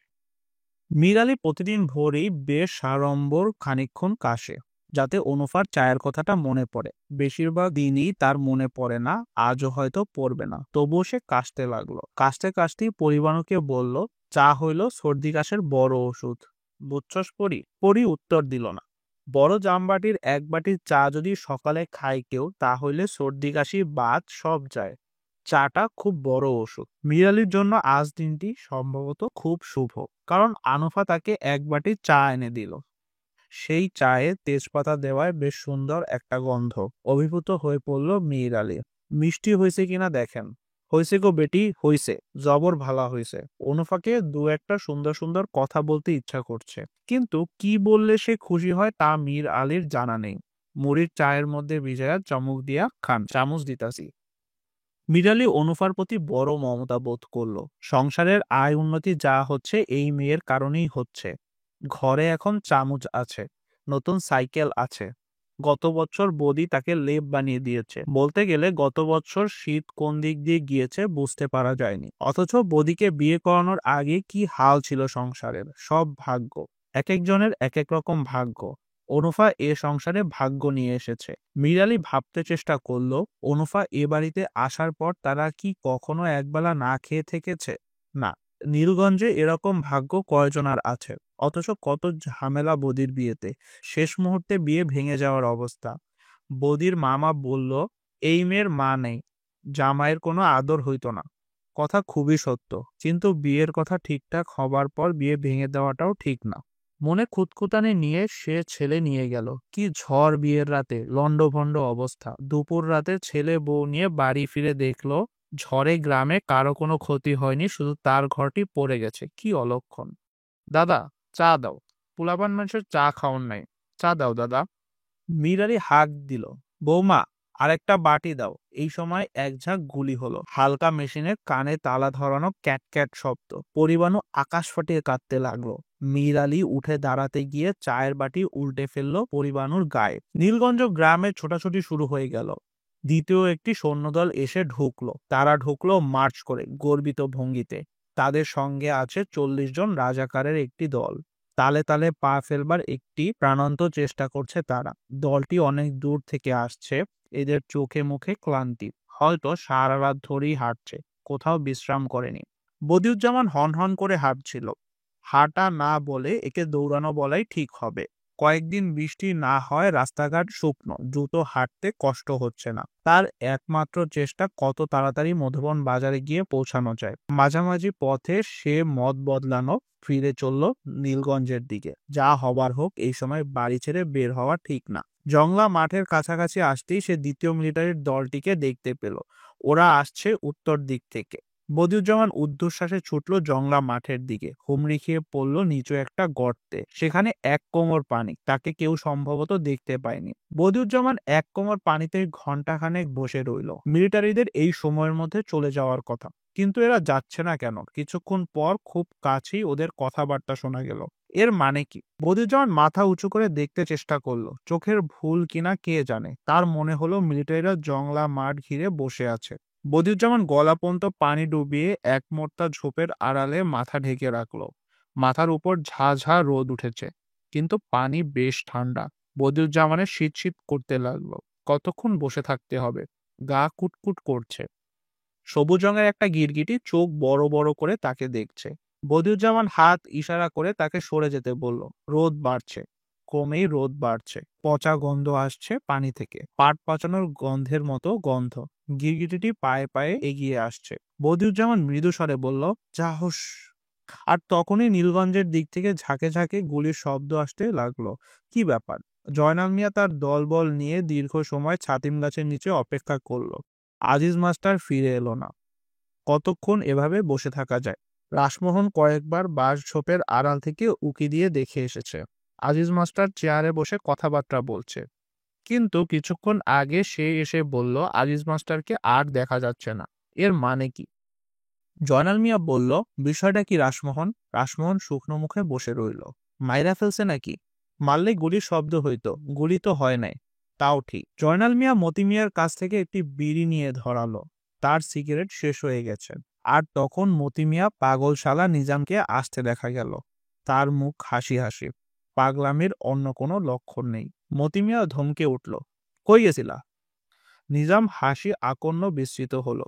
ঠিক তখনই গুলি ছুটতে ছুটতে মিলিটারি ও রাজাকারের দ্বিতীয় দলটি গ্রামে উঠে এলো। জয়নাল মিয়া ঊর্ধ্বশ্বাসে দৌড়ালো দক্ষিণ দিকে। বাকিরাও তাকে অনুসরণ করলো। নিজাম মুখটা হাসি হাসি করে দাঁড়িয়ে রইল। সমস্ত ব্যাপারটিতে সে বড় মজা পাচ্ছে। ইমাম সাহেব একসময় বললেন, দোয়া ইউনুসটা দমে দমে পড়েন মাস্টার সাহেব। আজিজ মাস্টার তাকালো তার দিকে। তাকানোর ভঙ্গিতে মনে হয় সে কিছুই বুঝতে পারছে না। গত 3 ঘন্টা যাবৎ এই দুটি মানুষ একসঙ্গে আছে। এই 3 ঘন্টায় তাদের কথাবার্তা বিশেষ কিছু হয়নি। আজিজ মাস্টার তার পায়জামা ভিজিয়ে ফেলবার পর থেকেই কেমন অন্যরকম হয়ে গেছে। কোনো কিছুতেই মন দিতে পারছে না। হযরত ইউনুস আলাইহিস সালাম মাছের পেটে এই দোয়া পড়তেন। এর মরদবাই অন্য। দোয়াটা জানেন? আজিজ মাস্টার মাথা নাড়ল। সে জানে, কিন্তু ইমাম সাহেবের মনে হলো সে কিছুই পড়ছে টড়ছে না, বসে আছে নির্বোধের মতো। মাস্টার সাহেব, জি। আমাদের সামনে বড় বিপদ। কেন বুঝতে পারতেছেন না? না। এরা কি জন্য আসছে সেটা বলেছে? তবে বুঝতে পারছেন না? না। ইমাম সাহেব চুপ করে গেলেন। আজিজ মাস্টার খোলা দরজা দিয়ে বাইরে তাকিয়ে রইল। এখান থেকে সৈন্যদল একটা অংশ দেখা যায়, কয়েকজন দেখা যাচ্ছে কাগজের একটা বল বানিয়ে ছুঁড়ে ছুঁড়ে মারছে এবং ক্রমাগত হাসছে। কাগজের একটা বল ছুঁড়ে মারার মধ্যে এত আনন্দের কি আছে কে জানে। স্কুল ঘরটি টিনের, রোদে টিন তেতে উঠেছে, ঘরের ভেতরে অসহ্য গরম। আজিজ মাস্টারের পানি তৃষ্ণা পেয়ে গেল। সে শুধু তৃষ্ণা নয়, ক্ষুধাও বোধ হচ্ছে। বেলা অনেক হয়েছে, ক্ষুধা হওয়ারই কথা। অন্য সময় এত দেরি হলে মালা খোঁজ নিত, মামা ভাত বাড়ছে আসেন, বলি সে চলে যেত না, দরজা ধরে এঁকে বেঁকে দাঁড়াতো যেন সঙ্গে করে নিয়ে যাবে। গতবার ময়মনসিংহ থেকে মালার জন্য একটা আয়না কিনেছিল আজিজ মাস্টার, খুব বাহারি জিনিস। দুটো আয়না পাশাপাশি, একটা সাধারণ আয়না, অন্যটি অন্যরকম, সেটায় মুখ অনেক বড় দেখায়। আয়নাটা দেওয়া ঠিক হবে কিনা তা নিয়ে আজিজ মাস্টার প্রায় 1 সপ্তাহ ভাবলো। কেউ কিছু মনে করে বসতে পারে, তাহলে খুব লজ্জার ব্যাপার হবে। কেউ কিছু মনে করলো না। মালা অভিভূত হয়ে পড়ল। একটা আয়নায় মুখ বড় দেখায় কেন, এই প্রশ্ন কয়েকবার করা হলো। এমনকি মালার মা একদিন পর্দার আড়াল থেকে জিজ্ঞাসা করে ফেললো, মুখ বড় দেখালে কি লাভ? আজিজ মাস্টার লাজুক স্বরে বলল, সাজগোজে সুবিধা হয় ভাবি। কি সুবিধা? কি সুবিধা সেটা আর ব্যাখ্যা করতে পারেনি, কারণ এটা আজিজ মাস্টারেরও জানা ছিল না। ইমাম সাহেব নড়ে চড়ে বসলেন। মাস্টার সাহেব বলেন, জোহরের নামাজের রক্ত হয়েছে না? জানি না, নামাজটা পড়া দরকার। বের হয়ে ওদের কাছে পানি চাইবো? উজু নাই আমার। দেখেন আপনি চিন্তা করে, আপনি তো আর নামাজ পড়তে পারবেন না, শরীর নাপাক, গোসল লাগবে, পেশাব করে দিয়েছেন তো। আজিজ মাস্টার জবাব দিল না। ইজি চেয়ারতে চোখ বন্ধ করে হেলান দিয়ে পড়ে রইল। ইজি চেয়ারটি নীলু সেনের, শুয়ে থাকতে বড় আরাম। মাস্টার সাহেব পানি চাইবো নাকি? আপনার ইচ্ছা হলে চান, এর মধ্যে তো দোষের কিছু নেই, এরাও মুসলমান। হো, নামাজের পানি চাইলেই এরা বেশি খুশি হবে। পাক্কা মুসলমানদের এরা খুব পেয়ার করে। এরাও তো সাচ্চা মুসলমান। যান না, গিয়ে চান। ভয় লাগে? ভয়ের কি আছে? ইমাম সাহেব নড়েন না, জড়সড় হয়ে চেয়ারেই বসে থাকেন। চোখ বন্ধ করে ইজি চেয়ারে শুয়ে থাকতে থাকতে আজিজ মাস্টারের ঝিমুনি আসে। ঝিমুতে ঝিমুতে একসময় ঘুমিয়ে পড়েন। এর মধ্যে ছাড়া ছাড়া বেশ কয়েকটি স্বপ্ন দেখে। ঘুমের মধ্যেই বুঝতে পারে এগুলো স্বপ্ন, তবু তার ভালোই লাগে। ইমাম সাহেব বিরক্তি মুখে তাকিয়ে থাকেন তার দিকে। এ কেমন মানুষ ঘুমিয়ে পড়েছে। তিনি মৃদুস্বরে ডাকেন, এই যে মাস্টার সাহেব, এই। আজিজ মাস্টার নড়ে চড়ে, কিন্তু তার ঘুম ভাঙে না। নীলু সেন গত রাতে এক পলকের জন্য ঘুমোতে পারেননি। দোতলার যে ঘরটিতে তার বিছানা, সে ঘরের বারান্দায় গড়াগড়ি করছে। নীলু সেনের বোনপো বলাই চোখ বড় বড় করে মামার অবস্থা দেখছে। রাত 2টোর দিকে বলাই ঠিক করলো মামার জন্য ডাক্তার আনতে সরাইল বাজারে যাবে। পথঘাট এখন শুকনো, বদিউজ্জামানের সাইকেল নিয়ে যাওয়া যাবে। নীলু সেন হাঁপাতে হাঁপাতে বললেন, এতক্ষণ বাঁচব না রে বালাই, এতক্ষণ বাঁচব না। বলাইয়েরও তাই ধারণা হলো। এত কষ্ট সহ্য করে কেউ দীর্ঘ সময় বেঁচে থাকতে পারে না, থাকা উচিতও নয়। ব্যথাটা কোথায়? তলপেটে। বালাই দ্বিতীয় প্রশ্নের সময় পেল না। নীলু সেনের মুখ দিয়ে গজলা বেরোতে লাগলো। সময় শেষ হয়েছে বোধহয়। এত বড় বাড়িতে দুটি মাত্র প্রাণী। বলাইয়ের ভয় করতে লাগলো, কি সর্বনাশ, এ কি বিপদ। মামা, গ্রামের 2-1 মানুষের ডাক দিয়ে আনি। তুই নড়িস না, আমার সময় শেষ। বলাই মামার হাত ধরে বসে রইল। তার কাছে মনে হলো মামার গা হাত পা ঠান্ডা হয়ে আসছে। বলাই ঘামতে লাগলো, কিন্তু শেষ রাতে হঠাৎ ব্যথা কমে গেল। নীলু সেন শান্ত স্বরে বলল, ব্যথা নাই বলাই, ব্যথা নাই। বলাই ঠান্ডা পানি দে 1 গ্লাস। বলাই পানি এনে দেখে মামা মেঝেতেই ঘুমিয়ে পড়েছে। নিশ্চিন্তে আরামের ঘুম, বড় মায়া লাগে দেখে।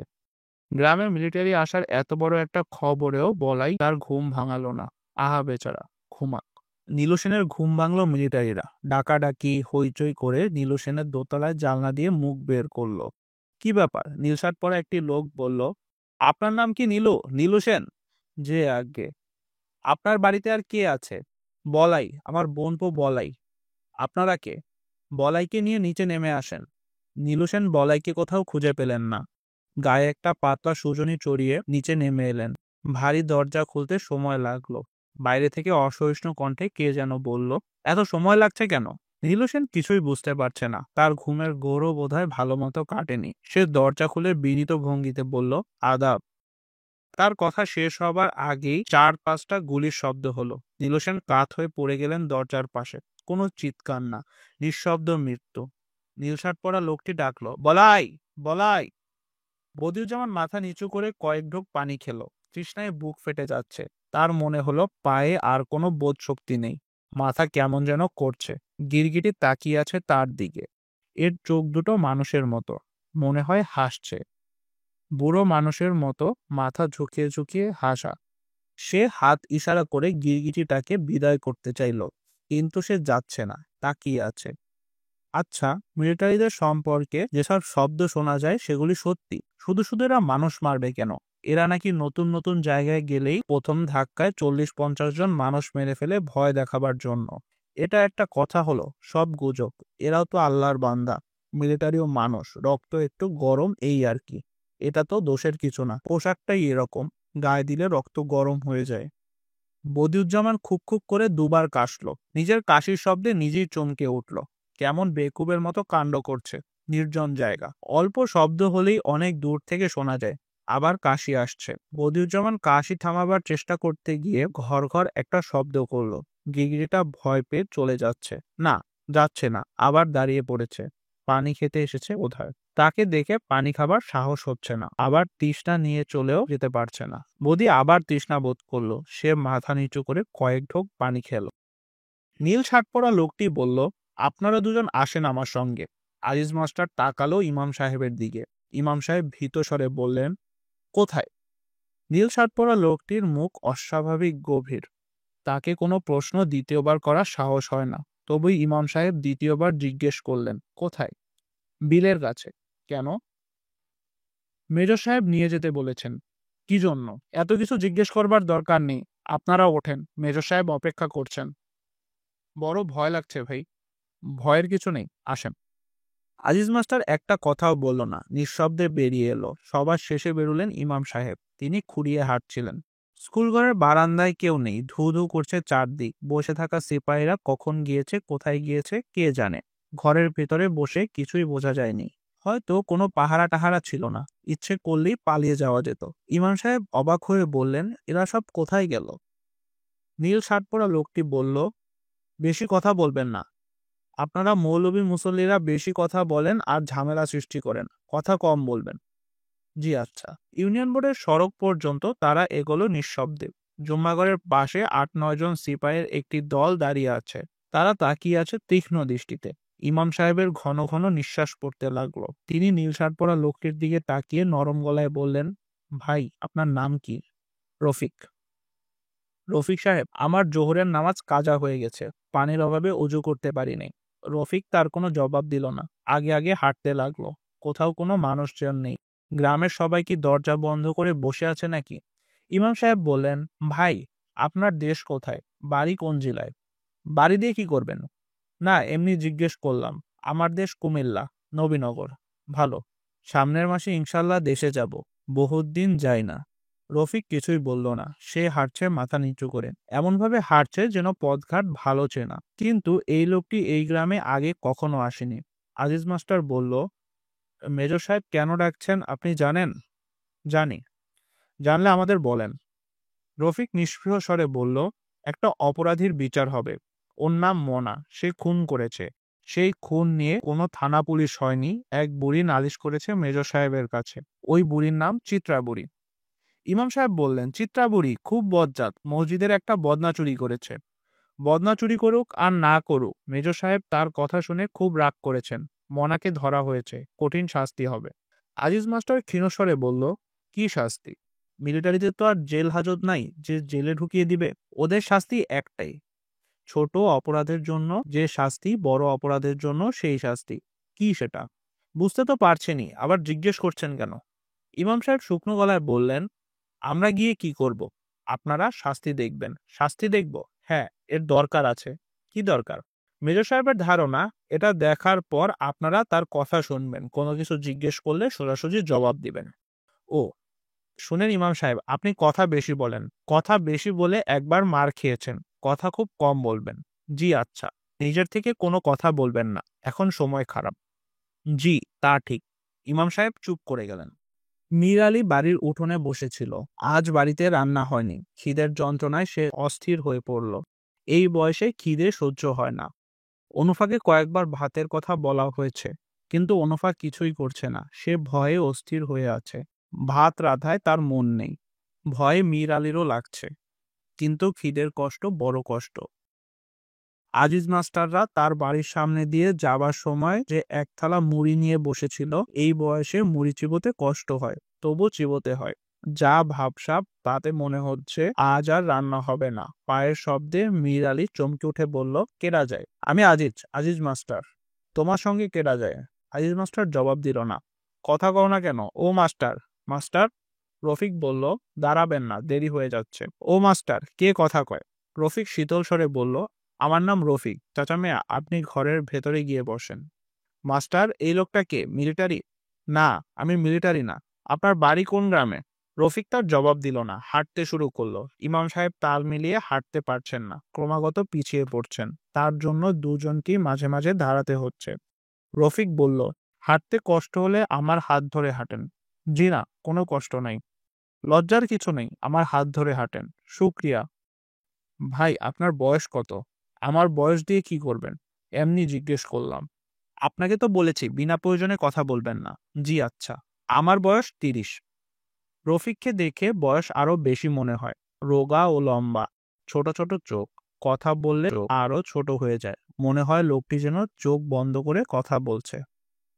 লা ইলাহা ইল্লা আনতা সুবহানাকা ইন্নী কুনতু মিনাজ জালিমিন। মনা কৈবর্ত তার 11 বছরের ভাইকে নিয়ে তেঁতুল গাছের নিচে চুপচাপ বসে আছে। মনার শরীর বিশাল, প্রায় দৈত্যের মতো। তার ভাইটি অসম্ভব রোগা। সে মনার লুঙ্গির এক প্রান্ত শক্ত করে ধরে আছে, তাকাচ্ছে সবার মুখের দিকে, বারবার কেঁপে কেঁপে উঠছে। মনাকে খুব একটা বিচলিত মনে হচ্ছে না। মেজর সাহেব প্রায় 10 গজ দূরে দাঁড়িয়ে সিগারেট টানছেন, তার সঙ্গে একজন নন কমিশন অফিসার। এরা দুজন নিচু গলায় নিজেদের মধ্যে কথা বলছেন। মেজর সাহেব সম্ভবত কোনো রসিকতা করলেন। দুজনই উঁচু গলায় হাসতে শুরু করলেন। মনার ভাইটি চোখ বড় বড় করে তাকালো তাদের দিকে। বিলের পাড়ের উঁচু জায়গায় একদল রাজাকার দাঁড়িয়ে। খুব কাছেই মিলিটারি আছে বলে হয়তো তারা বুক ফুলিয়ে আছে। অহংকারী, গর্বিত, ভক্তি।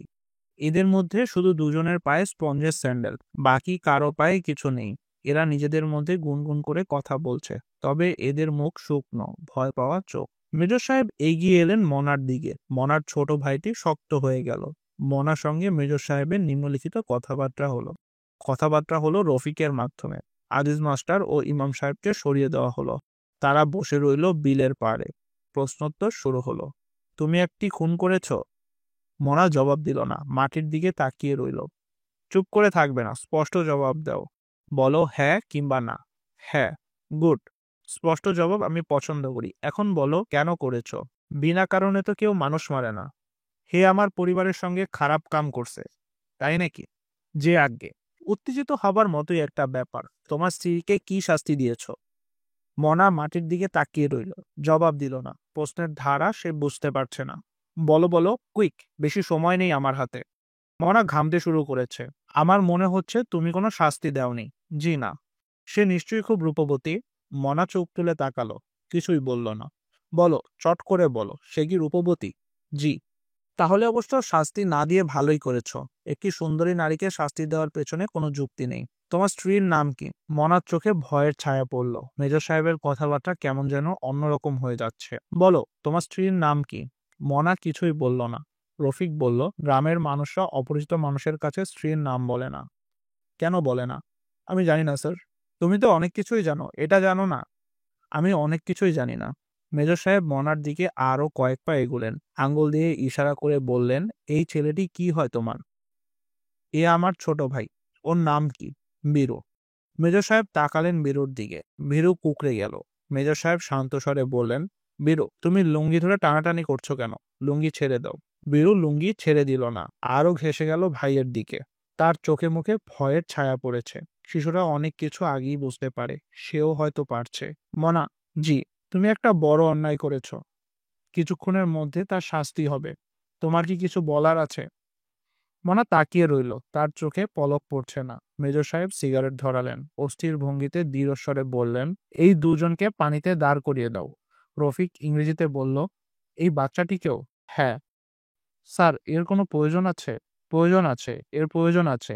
আমি নিষ্ঠুরতার একটি নমুনা দেখাতে চাই। স্যার, তার কোনো প্রয়োজন নাই। প্রয়োজন আছে। আজ এই ঘটনাটি ঘটবার পর মিলিটারির নাম শুনলে ওরা কাপড় নষ্ট করে দেবে, গর্ভবতী মেয়েদের গর্ভপাত হয়ে যাবে। তাতে কি লাভ স্যার? লাভ লোকসান আমার দেখার কথা, তোমার না। আমার সঙ্গে তর্ক করবে না। রফিক চুপ হয়ে গেল। মেজর সাহেব তীক্ষ্ণ করে বললেন, এসব কথা পরবর্তী সময় কেউ মনে রাখবে না। অত্যাচারী রাজারা ইতিহাসে বীরশ্রেষ্ঠ হিসেবে সম্মানিত হন। আলেকজান্ডারের নৃশংসতার কথা কেউ কি জানে? সবাই জানে, আলেকজান্ডার দ্য গ্রেট। রফিক কিছুই বলল না। মেজর সাহেব সহজ সুরে বললেন, যা করতে বলা হয়েছে করো। আর শোনো, ওই ইমাম এবং ওই মাস্টার, ওদের দুজনকে খুব কাছাকাছি কোথাও বসিয়ে দাও। আমি চাই যাতে ওরা খুব ভালোভাবে দৃশ্যটা দেখে। ঠিক আছে স্যার। বাই দা ওয়ে, আমি দেখলাম ওই ইমাম তোমার হাত ধরে ধরে আসছে। কি ব্যাপার? হাঁটতে পারছিল না। ঠিকই পারবে। দৃশ্যটি তাদের দেখতে দাও। তারপর ওদের হাঁটতে বললে হাঁটবে, দৌড়াতে বললে দৌড়াবে, লাফাতে বললে লাফাবে। ঠিক নয় কি? হয়তো ঠিক। হয়তো বলছে কেন? তোমার সন্দেহ আছে? জি না স্যার। গুড। সন্দেহ থাকা উচিত নয়। জি স্যার। তোমাকে সঙ্গে নিয়ে আমি বেরোবো। গ্রামটি ভালো করে ঘুরে দেখতে চাই। ঠিক আছে স্যার। মনে হয় দেখার মতো ইন্টারেস্টিং অনেক কিছু আছে এই গ্রামে। কিছুই নেই স্যার। এটা একটা দরিদ্র গ্রাম। রাজাকাররা মনা আর তার ভাইকে ঠেলে পানিতে নামিয়ে দিল। বীরু তার ভাইয়ের কোমর জড়িয়ে ধরে আছে। সে কাঁপছে থরথর করে। মনা এক হাতে তার ভাইকে ধরে আছে। রাইফেল তাক করা মাত্র বীরু চিৎকার করতে লাগলো, দাদা ভয় লাগে, ও দাদা ভয় লাগে। মনা মৃদুস্বরে বলল, ভয় নেই, আমাকে শক্ত কইরা ধর।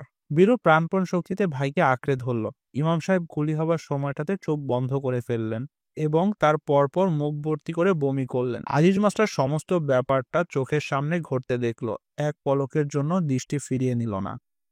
আলো মরে আসছে। আকাশে মেঘ জমতে শুরু করেছে। মেজর সাহেব আকাশের দিকে তাকিয়ে বললেন, কি রফিক, বৃষ্টি হবে? হতে পারে। এটা ঝড় বৃষ্টির সময়। তোমার দেশে এই ঝড় বৃষ্টিটা ভালোই লাগে। রফিক মৃদুস্বরে বলল, তোমার দেশ বললেন কেন? মেজর সাহেব তীক্ষ্ণ দৃষ্টিতে তাকালেন। কিছু একটা বলতে গিয়েও বললেন না।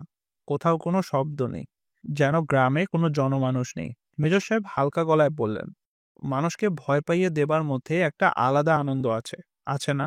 রফিক জবাব দিল না। মেজর সাহেব বললেন, মানুষের ইনস্টিংক্টের মধ্যেই এটা আছে, অন্যকে পায়ের নিচে রাখার আকাঙ্ক্ষা। তোমার নাই? না। আছে, তোমারও আছে, সবারই আছে, থাকতেই হবে। রফিক কিছু বলল না। তারা হাঁটছে পাশাপাশি। মেজর সাহেব কথা বলছেন বন্ধুর মতো। তার কথার ধরন দেখে মনে হয় রফিককে তিনি যথেষ্টই গুরুত্ব দেন। বদিউজ্জামানের বাড়ির সামনে দিয়ে যাবার সময় মীর আলী তীক্ষ্ণ কণ্ঠে বলল, কেরা যায়? কেরা যায়? জয়নাল মিয়া? মেজর সাহেব থমকে দাঁড়ালেন। রফিক বলল, লোকটা অন্ধ স্যার। মেজর সাহেবের মনে হলো এই খবরে বেশ উৎসাহ বোধ করেছেন। কে লোকটি? কথা বলে না কেডা গো? আমি রফিক। রফিকটা কেডা? কোন বাড়ির? ঘরের ভেতরে গিয়ে বসেন চাচা। মেজর সাহেব ঠান্ডা গলায় বললেন, তুমি ওকে কি বললে? রফিক ইংরেজিতে বলল, আমি তাকে ঘরে যেতে বললাম। কেন? এমনি বললাম। মীর আলী ভয় পাওয়া গলায় চেঁচালো, এরা কে? এরা কে? মেজর সাহেব বললেন, তুমি ওকে বলো আমি major Ejaz Ahmed, 58 infantry battalion. Sir বাদ দেন, বুড়ো মানুষ। তোমাকে বলতে বলেছি, তুমি বলো, যাও কাছে গিয়ে বলো। রফিক এগিয়ে গেল। মেজর সাহেব তাকিয়ে রইলেন তীক্ষ্ণ দৃষ্টিতে। তিনি কি বুড়োর চোখে মুখে কোনো পরিবর্তন দেখতে চাচ্ছিলেন? কোন রকম পরিবর্তন অবশ্য দেখা গেল না। রফিক ফিরে আসতেই মেজর সাহেব বললেন, তুমি এই অন্ধ বুড়োকে বলো মেজর সাহেব আপনাকে সালাম জানাচ্ছেন। রফিক তাকিয়ে রইল। মেজর সাহেব বিরক্ত স্বরে বললেন, দাঁড়িয়ে আছো কেন? যাও। রফিক এগিয়ে গেল। বুড়ো মীর আলী কিছুই বলল না, মাথা নিচু করে বসেই রইল।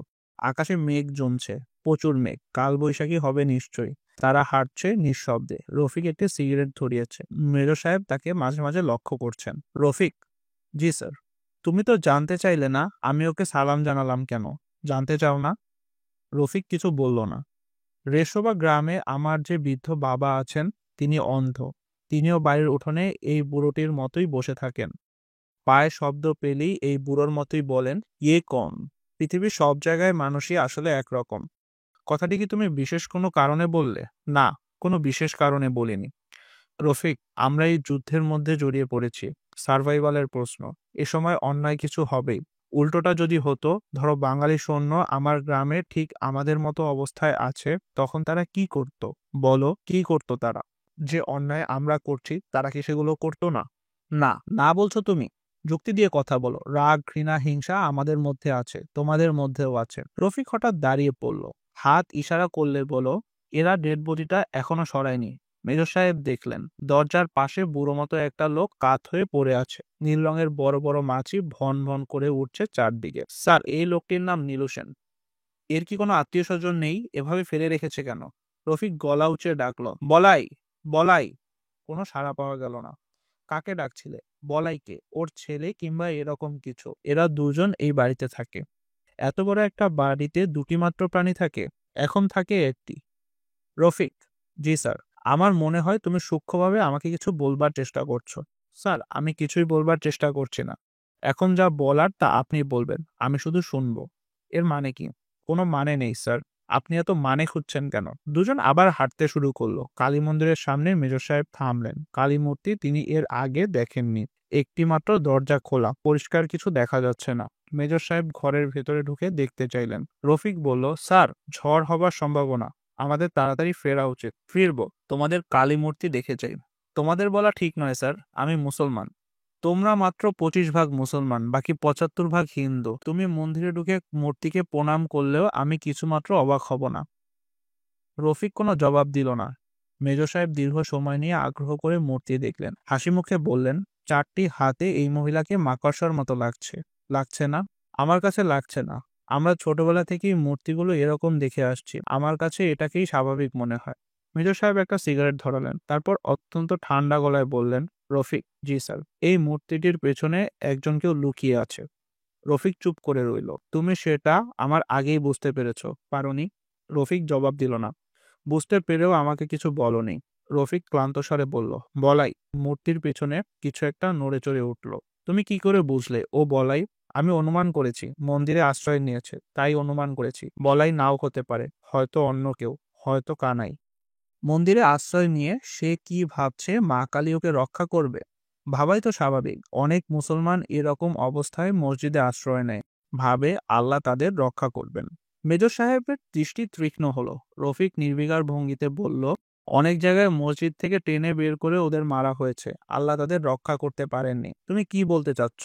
আপনি যদি বালাইকে মারতে চান, কালী মন্দির ওকে রক্ষা করতে পারবে না, এটাই বলতে চাচ্ছি, এর বেশি কিছু না। ওকে বের হয়ে আসতে বলো। রফিক ডাকলো, বলাই, বলাই। বলাই জবাব দিল না। একটা মৃদু ফোঁপানির শব্দ শোনা গেল। প্রায় সঙ্গে সঙ্গেই ঝড় শুরু হলো, প্রচন্ড ঝড়। মেজর সাহেব মন্দিরের ভেতর থেকে বারান্দায় এসে দাঁড়ালেন। হুম হুম শব্দ উঠছে। দেখতে দেখতে আবহাওয়া রুদ্রমূর্তি ধারণ করলো। মন্দির সংলগ্ন বাঁশ ঝাড়ে ভয় ধরানো শব্দ হতে লাগলো। রফিক এসে দাঁড়ালো মেজর সাহেবের পাশে। মেজর সাহেব মুগ্ধ কণ্ঠে বললেন, বিউটিফুল। কালী মূর্তির পেছনে উবু হয়ে বসে থাকা বালাইয়ের কথা তার মনে রইল না। ঝড়ের সঙ্গে সঙ্গে ফোঁটা ফোঁটা বৃষ্টি পড়তে শুরু করেছে। মেজর সাহেব দ্বিতীয়বার বললেন, বিউটিফুল। সামনে খোলা মাঠ, অনেক দূর পর্যন্ত দেখা যাচ্ছে। মাঠে ধুলি ও শুকনো পাতায় ঘূর্ণির মতো উঠছে। এর মধ্যেই খালি গায়ে একজনকে ছুটে যেতে দেখা গেল। তার ভাব দেখে মনে হচ্ছে সে মহা উল্লাসিত। মেজর সাহেব বললেন, লোকটিকে দেখতে পাচ্ছ? রফিক নিষ্ক্রিয় স্বরে বলল, ও নিজাম, পাগল। আমাদের সব গ্রামে একটি করে পাগল থাকে। এই গ্রামে সবাইকে কি তুমি এর মধ্যেই চিনে ফেলেছ? না, কয়েকজনকে চিনি, সবাইকে চিনি না। ওই পাগলটা কি জংলা মাঠের দিকে যাচ্ছে না? মনে হয় যাচ্ছে। পাগলরা বন জঙ্গল খুব পছন্দ করে। মানুষের চেয়ে গাছকে তারা বড় বন্ধু মনে করে। রফিক, জি স্যার। তোমার পড়াশোনা কতদূর? পাস কোর্সে বিএ পাস করেছি। মাঝে মাঝে তুমি ফিলোসফারদের মতো কথা বলো। পরিবেশের জন্য এরকম মনে হয়। বিশেষ বিশেষ পরিবেশে সাধারণ কথাও খুব অসাধারণ মনে হয়। তা ঠিক। মেজর সাহেব মাঠের দিকে তাকিয়ে রইলেন।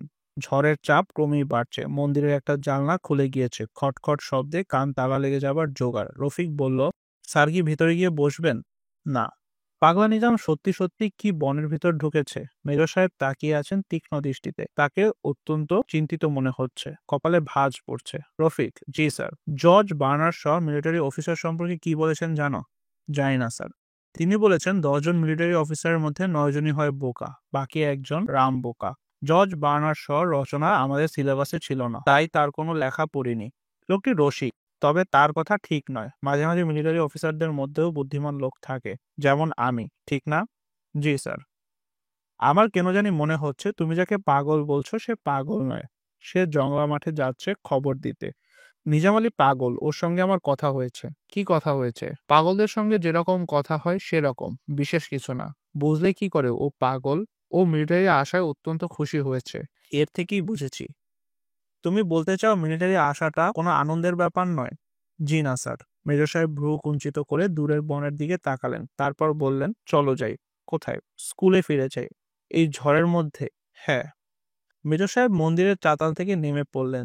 ঝড়ে উড়িয়ে নিতে চাচ্ছে, কিন্তু তিনি হাঁটছেন স্বাভাবিকভাবেই। সাপের শীষের মতো শীষ দিচ্ছে বাতাস। জুম্মা ঘরের কাছাকাছি আসতেই মুষলধারে বৃষ্টি শুরু হলো। মেজর এজাজ আহমেদ সেই বৃষ্টি গ্রাহ্যই করলেন না। নিজের মনে গুনগুন করতে লাগলেন ক্রিস্টান টয়ারর একটি গান, যার সঙ্গে বর্তমান পরিবেশের সমস্যার কোনো সম্পর্কই নেই। Pretty girls are everywhere. When you call me, I'll be there. Major সাহেবের গলা বেশ সুন্দর। ঝড় স্থায়ী হলো আধ ঘন্টার মতো। ঝড়ে গ্রামে কারো তেমন কোনো ক্ষতি হলো না। শুধু বদিউজ্জামানের নতুন টিনের বাড়িটির ছাদ উড়ে গেল। মীর আলী আতঙ্কে অস্থির হয়ে চেঁচাতে লাগলো। অনুফা কি করবে ভেবে পেল না। তাদের বাড়ি গ্রামের বাইরে, ছুটে গ্রামে যাওয়ার কোনো প্রশ্নই ওঠে না। গোয়াল ঘরটি এখনো টিকে আছে, সেখানে যাওয়া যায়, কিন্তু বাতাসের বেগ এখনো কমেনি। সেই নড়বড়ে চালা কখন মাথার উপর পড়ে তার ঠিক কি। সে পরিবাণকে কোলে নিয়ে তার শ্বশুরের হাত ধরে দাঁড়িয়ে রইল। মীর আলী ভাঙা গলায় চেঁচাতে লাগলো, বদি, বদি রে, ও বদিউজ্জামান। বদিউজ্জামানের চোখ জবা ফুলের মতো লাল। এখন আর তার আগের মতো কষ্টবোধ হচ্ছে না। পানিতে দাঁড়িয়ে থাকতে তার ভালোই লাগছে। ঝড় বৃষ্টির সময় সে নিজের মনে খানিকক্ষণ হেসেছে। কেন হেসেছে সে জানে না। কোনো কারণ ছাড়াই হাসি এসেছে। বদিউজ্জামানের ভয়ও কমে এসেছে। কিছুক্ষণ আগে একটি শেয়াল এসে তার দিকে তাকিয়েছিল। সে বেশ শব্দ করেই বলেছে, যা যা। এই শেয়ালটি আবার এসেছে। মাথা ঘুরিয়ে ঘুরিয়ে তাকে দেখছে। অন্ধকার হয়ে আসছে। লাল টকটকে চোখ নিয়ে বদিউজ্জামান তাকিয়ে আছে শেয়ালটির দিকে। তার ভালোই লাগছে। গিরগিটি দুপুরের পর থেকেই নেই। বদিউজ্জামানের বেশ নিঃসঙ্গ লাগছিল। এখন আর লাগছে না। মাগরিবের নামাজ আদায় করতে 4-5 জন মুসল্লি গিয়েছিল মসজিদে। আজানের পরপরই কয়েকটি গুলির শব্দ হওয়ায় তারা নামাজ আদায় না করেই ফিরে এলো। ফেরার পথে তাদের মনে হলো কাজটা ঠিক হলো না, এতে আল্লাহর গজব পড়ার সম্ভাবনা। তারা আবার মসজিদে ফিরে গেল, নামাজ পড়ল। মসজিদ থেকে বেরোবার সময় রাস্তায় মিলিটারি। তারা আবার মসজিদে ফিরে গেল, রাত কাটালো সেখানেই। সন্ধ্যার পর গ্রামের কোথাও কোনো বাতি জ্বলল না, চারদিকে অন্ধকার। সবাই বসে রইল। কোনো সাড়া শব্দ নেই, শুধু কৈবর্ত পাড়ায় কে যেন সুর দিয়ে কাঁদছে। সেই সুরেলা কান্না ভেসে আসছে অনেক দূর পর্যন্ত। চিত্রা বুড়ি বসে আছে কৈবর্ত পাড়ায়, তাকে কেউ কিছু বলছে না। চিত্রা বুড়িও কাঁদছে, হাউমাউ কান্না। বলাই কোনোখানে বেশিক্ষণ থাকতে পারছে না। সারাক্ষণ মনে হচ্ছিল এই বুঝি তাকে ধরতে আসছে। সে অল্প কিছু সময়ের মধ্যেই বেশ কয়েকবার জায়গা বদল করলো। বেশি দূরে কোথাও গেল না। সেনবাড়ি, সেনবাড়ির মন্দির, এর মধ্যেই তার ঘোরাফেরা। সন্ধ্যা মেলবার পর সেই চিলেকোঠার লোহার সিঁড়ি বেয়ে ছাদে উঠে গেল। ছাদে আধ হাতের মতো পানি জমে আছে। সে বসে রইল পানির মধ্যে। কিছুক্ষণ তার ভালোই কাটলো। তারপরই মনে হতে লাগলো লোহার সিঁড়িতে যেন শব্দ হচ্ছে। মিলিটারিরা উঠে আসছে, সিঁড়ি কাঁপছে। তারপর আবার সব চুপচাপ, কেউ আসেনি। মনের ভুল। বলাইয়ের নিঃশ্বাস স্বাভাবিক হয়ে গেল। আবার মনে হলো কেউ আসছে, সিঁড়ি কাঁপছে। বলাই দ্রুত নিঃশ্বাস নিতে লাগলো। ঝড়ের সময় একটি মিলিটারি সুবেদার ও 3 জন রাজাকারের একটি দল ছুটতে ছুটতে সফদরউল্লাহর চালাঘরে এসে উঠেছিল। সফদরউল্লাহ বাড়িতে ছিল না। মেয়ে ছেলেদের গ্রাম থেকে দূরে সরিয়ে নেবার কোনো ব্যবস্থা করা যায় কিনা এ নিয়ে আলাপ করতে গিয়েছিল জয়নাল মিয়ার সঙ্গে। ওরা সফদরউল্লাহর ঘরে ঢুকেই টর্চ টিপল। সেই টর্চের আলোক পড়ল জড়সড় হয়ে বসে থাকা সফদরউল্লাহর স্ত্রী এবং তার ছোট বোনের মুখে। ছোট বোনটির বয়স 12। মিলিটারি সুবেদার মুগ্ধ কণ্ঠে বলল, এরকম সুন্দর মেয়ে সে কাশ্মীরি শুধু দেখেছে, বাঙালির মধ্যে এরকম সুন্দর দেখেনি। সে খুবই সহজ ভঙ্গিতে এগিয়ে গেল। ঝড়ের জন্য এই দু বোনের চিৎকার কেউ শুনতে পেল না। মেয়েদের গ্রামের বাইরে পাঠিয়ে দেওয়ার ব্যাপারে জয়নাল মিয়ার অভিমত হলো এর কোনো দরকার নেই। হিন্দু মেয়েদের কিছুটা ভয় থাকলেও থাকতে পারে, কিন্তু মুসলমান মেয়েদের কোনো ভয় নাই। জয়নাল মিয়া দৃঢ় স্বরে বলল, মুসলমানদের শৈলেরা হাত দেয় না। এই গ্রামে 3টা মানুষ মারা গেছে, এর মধ্যে মুসলমান কেউ আছে? কও তোমরা, কেউ আছে? কথা খুবই সত্যি। জয়নাল মিয়া নিচু স্বরে বলল, মুসলমানের সঙ্গে ব্যবহারও খুব ভালা। মীর আলী চাচারে মেজর সাহেব সালাম দিছে, বিশ্বাস না হলে জিগাইয়াও। এই কথাটিও সত্যি। তবু মতি মিয়া বলল, ঘরের মেয়ে ছেলেরা বেশ অস্থির হইয়া পড়ছে। জয়নাল মিয়া দৃঢ় স্বরে বলল, রাত দুপুরে এভাবে টানাটানি করার কোনো দরকার নেই। যাও তোমরা বাড়িতে গিয়া আল্লাহ খোদার নাম নাও, ফি আমানিল্লাহ, ভয়ের কিছু নাই। যে অল্প কজন এসেছিল তারা ঝড়ের মধ্যে চলে গেল। ঝড় থামলে খবর এলো মেজর সাহেব তার সঙ্গে দেখা করতে চান। সে যেন দেরি না করে। জয়নাল মিয়া ভীত স্বরে বলল, যাও গিয়া বলো আমি আসতাছি। বাঙালি রাজাকারটি বিরক্ত মুখে বলল, আমার সাথে চলেন, সাথে যাইতে বলছে। সফদারউল্লাহ বাড়ির সামনে এসে জয়নাল মিয়ার মনে হলো ভেতরে বাড়িতে মেয়ে ছেড়ে কাঁদছে। সফদারউল্লাহ উঠোনে বসে আছে। জয়নাল মিয়া জিজ্ঞেস করলো, কি হয়েছে? সফদারউল্লাহ জবাব দিল না। কান্দে কে? সফদারউল্লাহ সেই প্রশ্নেরও জবাব দিল না। সঙ্গে রাজাকারটি জয়নাল মিয়ার পিঠে ঠেলা দিয়ে বলল, তাড়াতাড়ি হাঁটেন। মেজর সাহেব এক মগ কফি হাতে ঘরে ঢুকলেন। তার সমস্ত গা ভেজা, মাথায় টুপি নেই, ভেজা চুল বেয়ে বেয়ে ফোঁটা ফোঁটা পানি পড়ছে। আজিজ মাস্টার উঠে দাঁড়ালো। মেজর সাহেব বসেই রইলেন। তার উঠে দাঁড়াবার ক্ষমতা নেই। কিছু সময় পর পরই তার বমি হচ্ছে, ঘরময় বমির কটু গন্ধ। রফিক একটি হারিকেন টেবিলের উপর রেখে চেয়ার এগিয়ে দিল মেজর সাহেবের দিকে। তিনি বসলেন না, একটি পা রাখলেন চেয়ারে, গম্ভীর গলায় প্রশ্ন করতে শুরু করলেন। প্রশ্নগুলো ইমাম সাহেবের প্রতি। রফিক প্রতিটি প্রশ্ন ও উত্তর ইংরেজি করে দিতে হচ্ছিল। প্রশ্নোত্তর পর্বের গতি হলো স্লথ। সেজন্য মেজর সাহেবের কোনো ধৈর্যচ্যুতি হলো না। তারপর, ইমাম ভালো আছো? জি। আমি তো খবর পেলাম ভালো নেই, ক্রমাগত বমি হচ্ছে। জি হুজুর। শাস্তির দৃশ্যটা ভালো লাগেনি? ইমাম সাহেব জবাব দিলেন না। বমির বেগ সামলানোর চেষ্টা করতে লাগলেন। মেজর সাহেবের মুখ ক্ষীণ হাসি দেখা গেল। দৃশ্যটি কি খুব কঠিন ছিল? জি। তুমি নিজে নিশ্চয়ই গরু ছাগল জবাই করো, করো না? জি করি। তখন খারাপ লাগে না? ইমাম সাহেব একটি ছোট্ট নিঃশ্বাস ফেললেন। মেজর সাহেব কফির মগে দীর্ঘ চুমুক দিয়ে জবাবের প্রতীক্ষা করতে লাগলেন। জবাব পাওয়া গেল না। ইমাম, জি স্যার। এখন আমাকে বলো, তোমাদের ওই জঙ্গলে মোট কতজন বাঙালি সৈন্য আছে? আমি জানি না স্যার। সঠিক সংখ্যা না বলতে পারলেও ক্ষতি নেই, অনুমান করে বলো। আমি জানি না স্যার। সৈন্য আছে কিনা সেটা বলো। স্যার, আমি জানি না। আচ্ছা বেশ, সৈন্য নেই, এই কথাটি তোমার মুখ থেকে শুনি। স্যার, আমি জানি না, কিছুই জানি না স্যার। মেজর সাহেব কফির মগ নামিয়ে রাখলেন, সিগারেট ধরালেন। তার কপালের চামড়ায় সূক্ষ্ম ভাঁজ পড়ল। তুমি কখনো ওই বনে যাওনি? জি না স্যার, আমি ধর্মকর্ম নিয়ে থাকি। ধর্মকর্ম নিয়ে থাকো? জি স্যার। মসজিদে লোক হয়? হয় স্যার। সেখানে তুমি কি পাকিস্তানের জন্য দোয়া করো? ইমাম সাহেব চুপ করে গেলেন। মেজর সাহেবের কণ্ঠে অসহিষ্ণুতা ধরা পড়ল। খুতবা শেষে পাকিস্তানের জন্য কখনো দোয়া করনি? পৃথিবীর সব মুসলমানের জন্য দোয়া খায়ের করা হয় স্যার। তুমি আমার কথার জবাব দাও, পাকিস্তানের জন্য দোয়া করনি? জি না স্যার। বাংলাদেশের জন্য কখনো দোয়া করেছো? ইমাম সাহেব চুপ করে রইলেন। মেজর সাহেব হঠাৎ প্রচন্ড একটা চর বসিয়ে দিলেন। ইমাম সাহেব চেয়ার থেকে উল্টে পড়ে গেলেন। রফিক তাকে উঠিয়ে বসালো। মেজর সাহেব ঠান্ডার স্বরে বললেন, ব্যথা লেগেছে? জি না। এতটুকু ব্যথা লাগেনি? জি না স্যার। আমার হাত এতটা কমজোরি তা জানা ছিল না। মেজর সাহেব হাতে সিগারেটটি ফেলে দিয়ে দ্বিতীয় চটটি দিলেন। ইমাম সাহেব গড়িয়ে নিচে পড়ে গেলেন। তার নাক দিয়ে রক্ত পড়তে শুরু করলো। রফিক তাকে তুলতে গেল। মেজর সাহেব বললেন, ও নিজে নিজেই উঠবে। ইমাম, উঠে বসো। ইমাম সাহেব উঠে বসলেন। এখন বলো, তুমি শেখ মুজিবুর রহমানের নাম শুনেছ? জি, শুনেছি। সে কে? ইমাম সাহেব চুপ করে রইলেন। সে কে তুমি জানো না? মেজর সাহেব এগিয়ে এসে তৃতীয় চটটি বসালেন। ইমাম সাহেব শব্দ করে দোয়া ইউনুস পড়তে লাগলেন। মেজর সাহেব তাকালেন আজিজ মাস্টারের দিকে। তারপর, কবি, তুমি কেমন আছো? ভালো আছো? জি। তুমি শুনলাম বেশ শক্তই ছিলে, বমি টমি কিছু করনি? আজিজ মাস্টার জবাব দিল না। বাংলাদেশের উপর কখনো কবিতা লিখেছ? জি না স্যার। কেন? লেখনি কেন? আজিজ মাস্টার চুপ করে রইল। শেখ মুজিবের উপর লিখেছ? জি না। আজিজ মাস্টারের গা কাঁপতে লাগলো। মেজর সাহেব বললেন, তুমি প্রেমের কবিতা ছাড়া অন্য কিছু লেখো না? জি না। তুমি দেখি দারুণ প্রেমিক মানুষ। সব কবিতা কি মালা নামের ওই বালিকাকে নিয়েই লেখা? জবাব দাও, বলো হা কিংবা না। হা। শোনো আজিজ, আমি কথা রাখি। আমি কথা দিয়েছিলাম ওই মেয়েটির সঙ্গে তোমার বিয়ের ব্যবস্থা করব। সেটা আমার মনে আছে। আমি ওই মেয়ের বাবাকে আনতে লোক পাঠিয়েছি। এখন তুমি আমাকে বলো, ওই বনে কতজন সৈন্য লুকিয়ে আছে? স্যার, বিশ্বাস করেন আমি কিছুই জানি না।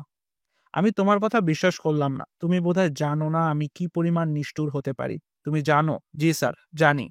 না, তুমি জানো না। তবে এক্ষুনি দেখতে পাবে। রফিক, তুমি ওর জামা কাপড়গুলো খুলে নেংটা করে ফেলো। আজিজ মাস্টার হতভম্ব হয়ে তাকালো। এই লোকটা বলে কি? আজিজ মাস্টারের পা কাঁপতে লাগলো। মেজর সাহেব বললেন, দেরি করবে না, আমার হাতে সময় নেই রফিক। এই মিথ্যেবাদী কুকুরটাকে ন্যাংটা করে সমস্ত গ্রাম ঘুরে ঘুরে দেখাবো। বুঝতে পারছো? পারছি। আর শোনো, একটা ইটের টুকরো ওর পুরুষাঙ্গে ঝুলিয়ে দিবে। এতে সমস্ত ব্যাপারটায় একটা হিউমার আসবে। আজিজ মাস্টার কাপা গলায় বলল, আমি কিছুই জানি না স্যার। একটা কোরআন শরীফ দেন, কোরআন শরীফ ছুঁয়ে বলবো। তার কোনো প্রয়োজন দেখি না। রফিক, যা করতে বলছি করো। রফিক থেমে থেমে বলল, মানুষকে এভাবে লজ্জা দেওয়ার কোনো অর্থ হয় না। মেজর সাহেবের চোখের দৃষ্টি তীক্ষ্ণ হতে লাগলো। তিনি তাকিয়ে আছেন রফিকের দিকে। রফিক বলল, আপনি যদি একে অপরাধী মনে করেন তাহলে মেরে ফেলেন, লজ্জা দেবার দরকার কি? তুমি একে অপরাধী মনে করো না? না, আমার মনে হয় সে কিছু জানে না। সে এই গ্রামে থাকে আর এত বড় একটা ব্যাপার জানবে না। জানলে বলতো। কিছু জানে না, তাই বলছে না। বলবে সে ঠিকই। ইট বেঁধে বাড়ি বাড়ি নিয়ে যাও, দেখবে তার মুখে কথা ফুটছে, তখন সে প্রচুর কথা বলবে। রফিক ঠান্ডা স্বরে বলল, স্যার, ওকে এরকম লজ্জা দেওয়াটা ঠিক না। কেন ঠিক না? আপনি শুধু ওকে লজ্জা দিচ্ছেন না, আপনি আমাকেও লজ্জা দিচ্ছেন। আমিও ওর মতো বাঙালি। তাই নাকি? আমি তো জানতাম তুমি পাকিস্তানি। তুমি কি সত্যিই পাকিস্তানি? জি স্যার। আমার মনে হয় এটা তোমার সবসময় মনে থাকে না, মনে রাখবে। জি স্যার, রাখবো। এটা তোমার নিজের স্বার্থেই মনে রাখা উচিত। রফিক চুপ করে গেল। মেজর সাহেব বললেন, একটা মজার ব্যাপার কি জানো রফিক? তুমি যদি আজিজ মাস্টারকে চয়েস দাও মৃত্যু অথবা লজ্জাজনক শাস্তি, তাহলে সে লজ্জাজনক শাস্তিটাই বেছে নেবে। মহানন্দে পুরুষাঙ্গে ইট বেঁধে মানুষের বাড়ি বাড়ি ঘুরে বেড়াবে। জিজ্ঞেস করে দেখো। রফিক কিছুই জিজ্ঞেস করল না। মেজর সাহেব কঠিন স্বরে বললেন, আজিজ, পরিষ্কার উত্তর দাও। মরতে চাও না চাও না? আমি দ্বিতীয়বার এই প্রশ্ন করব না। 30 সেকেন্ডের মধ্যে জবাব চাই। মরতে চাও না চাও না? মরতে চাই না। মেজর সাহেব হাসি মুখে বললেন, বেশ, তাহলে কাপড় খুলে ফেলো। তোমাকে ঠিক 1 মিনিট সময় দেওয়া হলো তার জন্য। আজিজ মাস্টার কাপড় খুলতে শুরু করলো। রফিক, আমার কথা বিশ্বাস হলো? হলো। বাঙালিদের মান অপমান বলে কিছু নেই। একটা কুকুরেরও আত্মসম্মান থাকে, এদের তাও নেই। আমি যদি ওকে বলি যাও ওই ইমামের পশ্চাৎদেশ চেটে আসো, ও তাই করবে। রফিক মৃদুস্বরে বলল, মৃত্যুর মুখোমুখি দাঁড়ালে অনেকেই এরকম করবে। তুমি করবে? জানি না, করতেও পারি। মৃত্যু একটা ভয়াবহ ব্যাপার। মৃত্যুর সামনে দাঁড়িয়ে কে কি করবে তা আগে থেকে বলা সম্ভব নয়। তাই বুঝি? জি স্যার। আপনার মতো একজন সাহসী মানুষও দেখা যাবে কাপুরুষের মতো কাণ্ড কারখানা করছে। মেজর সাহেব ঘর ছেড়ে বেরিয়ে গেলেন এবং তারও মিনিটখানেক পর জয়নাল মিয়া সেই ঘরে ঢুকিয়ে দেওয়া হলো। আজিজ মাস্টার দু হাতে তার লজ্জা ঢাকতে চেষ্টা করলো। ইমাম সাহেব বেশ স্বাভাবিক গলায় বললেন, জয়নাল মিয়া, ভালো আছেন? জয়নাল কিছু একটা বলতে চেষ্টা করলো, বলতে পারল না। আজিজ মাস্টারের মতো একজন বয়স্ক মানুষ সম্পূর্ণ নগ্ন অবস্থায় দাঁড়িয়ে আছেন, এটা এখনো সে বিশ্বাস করতে পারছেন না। ইমাম সাহেব বললেন, বড় খারাপ সময় জয়নাল সাহেব, আল্লাহ খোদার নাম নেন। জয়নাল মিয়া আবারও কিছু বলতে চেষ্টা করলো, বলতে পারল না, কথা আটকে গেল। রফিক শান্ত স্বরে বলল, জয়নাল সাহেব, আপনি বসেন। স্যার যা যা জিজ্ঞেস করবেন তার সত্যি জবাব দিবেন, বুঝতে পারছেন? জয়নাল মিয়া মাটিতে বসে পড়ল। ইমাম সাহেব বললেন, চেয়ারে বসেন, মাটিতে প্রস্রাব আছে, নাপাক জায়গা। মেঘ নেই, আকাশে তারা ফুটতে শুরু করেছে। রাত প্রায় 8টা, কিন্তু মনে হচ্ছে নিশতি। হাওয়া থেমে গেছে, গাছের একটা পাতাও নড়ছে না। শরফুদ্দৌলা একটা দা হাতে মাঠে নেমে পড়ল। সে দুজনকে খুঁজছে। একজন তাল গাছের মতো লম্বা, গোঁফ আছে, অন্যজন বাঙালি, তার মুখে বসন্তের দাগ। শরফুদ্দৌলা কোনো রকম শব্দ না করে হাঁটছে, ঘুটঘুটে অন্ধকার। তাতে তার কোনো অসুবিধা হচ্ছে না। সে যেভাবে হাঁটছে তাতে মনে হচ্ছে অন্ধকারেও দেখতে পাচ্ছে। কোনো কোনো সময় মানুষের ইন্দ্রিয় অস্বাভাবিক তীক্ষ্ণ হয়ে ওঠে। সে প্রথমে গেল বিলের দিকে। কেউ নেই সেখানে। বেশ কিছু কাটা ডাব পড়ে আছে চারদিকে। শরফুদ্দৌলা দীর্ঘ সময় বিলের পাড়ে দা হাতে বসে রইল। বাতাস নেই কোথাও, তবুও বিলের পানিতে ছলাৎ ছলাৎ শব্দ হচ্ছে। ওরা আবার হয়তো আসবে। পানিতে দাঁড় করিয়ে আবারও মানুষ মারবে। শরফুদ্দৌলার মনে হলো কেউ একজন যেন এদিকে আসছে। সে শক্ত করে দাঁটি ধরে চেঁচিয়ে বলল, কেডা? আমি নিজাম। আপনি কি করেন? কিছু করি না। অন্ধকারে বইয়া আছেন কেন? শরফুদ্দৌলা ফুপিয়ে উঠল। নিজাম বলল, সব মিলিটারি জমা হইতেছে জংলা মাঠে, দেখবেন। শরফুদ্দৌলা সঙ্গে সঙ্গে উঠে দাঁড়ালো। হাতে দাও কেন? আছে, কাম আছে, দাওয়ের কাম আছে। কৈবর্তপাড়া খালি হয়ে যাচ্ছে। এরা সরে পড়ছে নিঃশব্দে। এদের অভ্যাস আছে, অতি দ্রুত সবকিছু গুছিয়ে সরে পড়তে পারে। অন্ধকারে এরা কাজ করে। এদের শিশুরা চোখ বড় বড় করে দেখে, হইচই করে না, কিছুই করে না। মেয়েরা জিনিসপত্র নৌকায় তুলতে থাকে। কোনো জিনিসই বাদ পড়ে না। হাঁস, মুরগি, ছাগল সবই উঠানো হয়। এরা কাজ করে নিঃশব্দে। প্রবীণরা হুকো হাতে বেশ অনেকটা দূরে বসে থাকে। তাদের ভাবভঙ্গি দেখে মনে হয় কি হচ্ছে না হচ্ছে এরা কিছুই জানে না। এরা ঝিমুতে থাকে। ঝিমুতে ঝিমুতে চারদিকে লক্ষ্য রাখে। বুড়ো বয়সে এদের দৃষ্টি তীক্ষ্ণ। মীর আলী খুনখুন করে কাঁদে। ভাতের জন্য কাঁদে। বদিউজ্জামান বাড়ি ফেরেনি, সে না ফেরা পর্যন্ত অনুফা ভাত চড়াবে না। ঘরে চাল ডাল সবই আছে, 4টা চাল ফুটোতে এমনকি ঝামেলা মিরালি বুঝতে পারে না। অনেক রকম ঝামেলা আছে ঠিকই, মাথার উপর টিনের ছাদ নেই, গ্রামে মিলিটারি মানুষ মারছে, তাই বলে মানুষ ক্ষুধা তৃষ্ণা তো চলে যায়নি। পরিবারেও বিরক্ত করছে না, ঘুমোচ্ছে, অসুবিধা তো কিছু নেই। মিরালি মৃদুস্বরে বলল, বউ 4টা ভাত রাইন্দা ফেলো। আনুফা তীব্র স্বরে বলল, আপনি মানুষ না আর কিছু। মিরালি অবাক হয়ে বলে, আমি কি করলাম? 15-20 জন সেপাই বসে আছেন স্কুলের বারান্দায়। এরা ক্ষুধার্ত, সমস্ত দিন কোনো খাওয়া হয়নি। ওদের জন্য রান্না হওয়ার কথা মধুবনে। ঝড়ের জন্য নিশ্চয়ই কোনো ঝামেলা হয়েছে, রান্না করা খাবার এসে পৌঁছায়নি, কখন এসে পৌঁছাবে কে জানে। এরা সবাই দেওয়ালে ঠেস দিয়ে শ্রান্ত ভঙ্গিতে বসে আছে, কয়েকজন স্পষ্টতই ঘুমাচ্ছে। কিছু বাঙালি রাজাকার এদের সঙ্গে গল্প জমাবার চেষ্টা করছে, গল্প জমছে না, ওরা হাল ছাড়ছে না, ওস্তাদজি ওস্তাদজি বলেই যাচ্ছে। বদিউজ্জামানের মনে হলো জ্বর এসেছে, সে নিশ্চিত হতে পারছে না।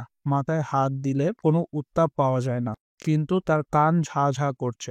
কিছুক্ষণ আগেও তার শীত করছিল, এখন আর তা করছে না। খুব খুব করে কে যেন কাশলো, নাকি সে নিজেই কাশছে। নিজামের মতো তারও মাথা খারাপ হয়ে যাচ্ছে। একবার মনে হলো শীতল ও লম্বা কি যেন একটা তার শার্টের ভিতরে ঢুকে গেছে। সে প্রায় চিৎকার করে উঠতে যাচ্ছিল, কিন্তু চিৎকার করলো না, মনের ভুল, শার্টের ভেতরে কিছুই নেই। বদিউজ্জামানের মনে হলো সে যেন অনেকের কথাবার্তা শুনতে পাচ্ছে, কথাবার্তা বলতে বলতে কারা যেন এগিয়ে আসছে। এটাও কি মনের ভূত? বদিউজ্জামান উৎকণ্ঠ হয়ে অপেক্ষা করতে লাগলো। সে ঠিক করে রাখলো মিলিটারিরা তাকে মেরে ফেললে সে বলবে, ভাইরা কেমন আছেন, বড় মজার ব্যাপার হবে। বদিউজ্জামান নিজের মনে খুব খুব করে হাসতে লাগলো। বাঁ দিকে 4টি সবুজ চোখ তার দিকে তাকিয়ে আছে। শেয়াল। দিনে যে শেয়ালটা তাকে দেখে গিয়েছিল, সে নিশ্চয়ই তার স্ত্রীকে ডেকে নিয়ে এসেছে। ভাবতে বেশ মজা লাগলো বদিউজ্জামানের। সে আবার হাসতে শুরু করলো। এবার আর নিজের মনে মনে হাসা নয়, শব্দ করে হাসা। রফিক বাইরে এসে দেখলো মেজর সাহেব স্কুল ঘরের শেষ প্রান্তের বারান্দায় একাকী দাঁড়িয়ে আছেন। রফিককে দেখে তিনি কিছুই বললেন না। রফিক বারান্দায় নেমে গেল, অপেক্ষা করলো খানিকক্ষণ, তারপর হাঁটতে শুরু করলো গেটের দিকে। মেজর সাহেব ভারী গলায় বললেন, রফিক। রফিক ফিরে এলো। কোথায় যাচ্ছিলে? তেমন কোথাও না, তোমাকে একটা কথা বলার প্রয়োজন মনে করছি। বলুন। তুমি কি জানো আমি তোমাকে বিশ্বাস করি না? জানি। কখন থেকে অবিশ্বাস করতে শুরু করেছি জানো? শুরু থেকে। কোনো বাঙালিকেই আপনি বিশ্বাস করেন না। তা ঠিক, যারা বিশ্বাস করেছে সবাই মারা পড়েছে। আমার বন্ধু মেজর বখতিয়ার বিশ্বাস করেছিল, ওরা তাকে ধরে নিয়ে গিয়েছে।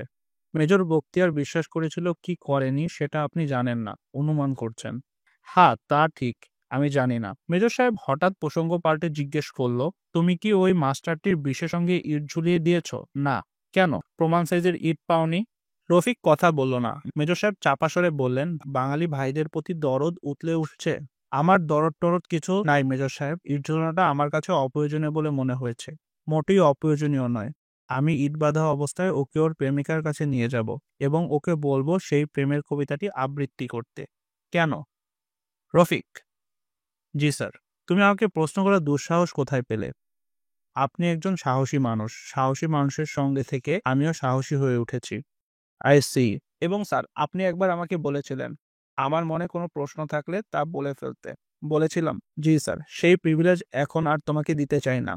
এখন থেকে তুমি কোনো প্রশ্ন করবে না। ঠিক আছে স্যার। রফিক। জি স্যার। আজ তোমাকে অস্বাভাবিক রকম উৎফুল্ল লাগছে। আপনি ভুল করছেন স্যার, আমাকে উৎফুল্ল দেখানোর কোনো কারণ নেই।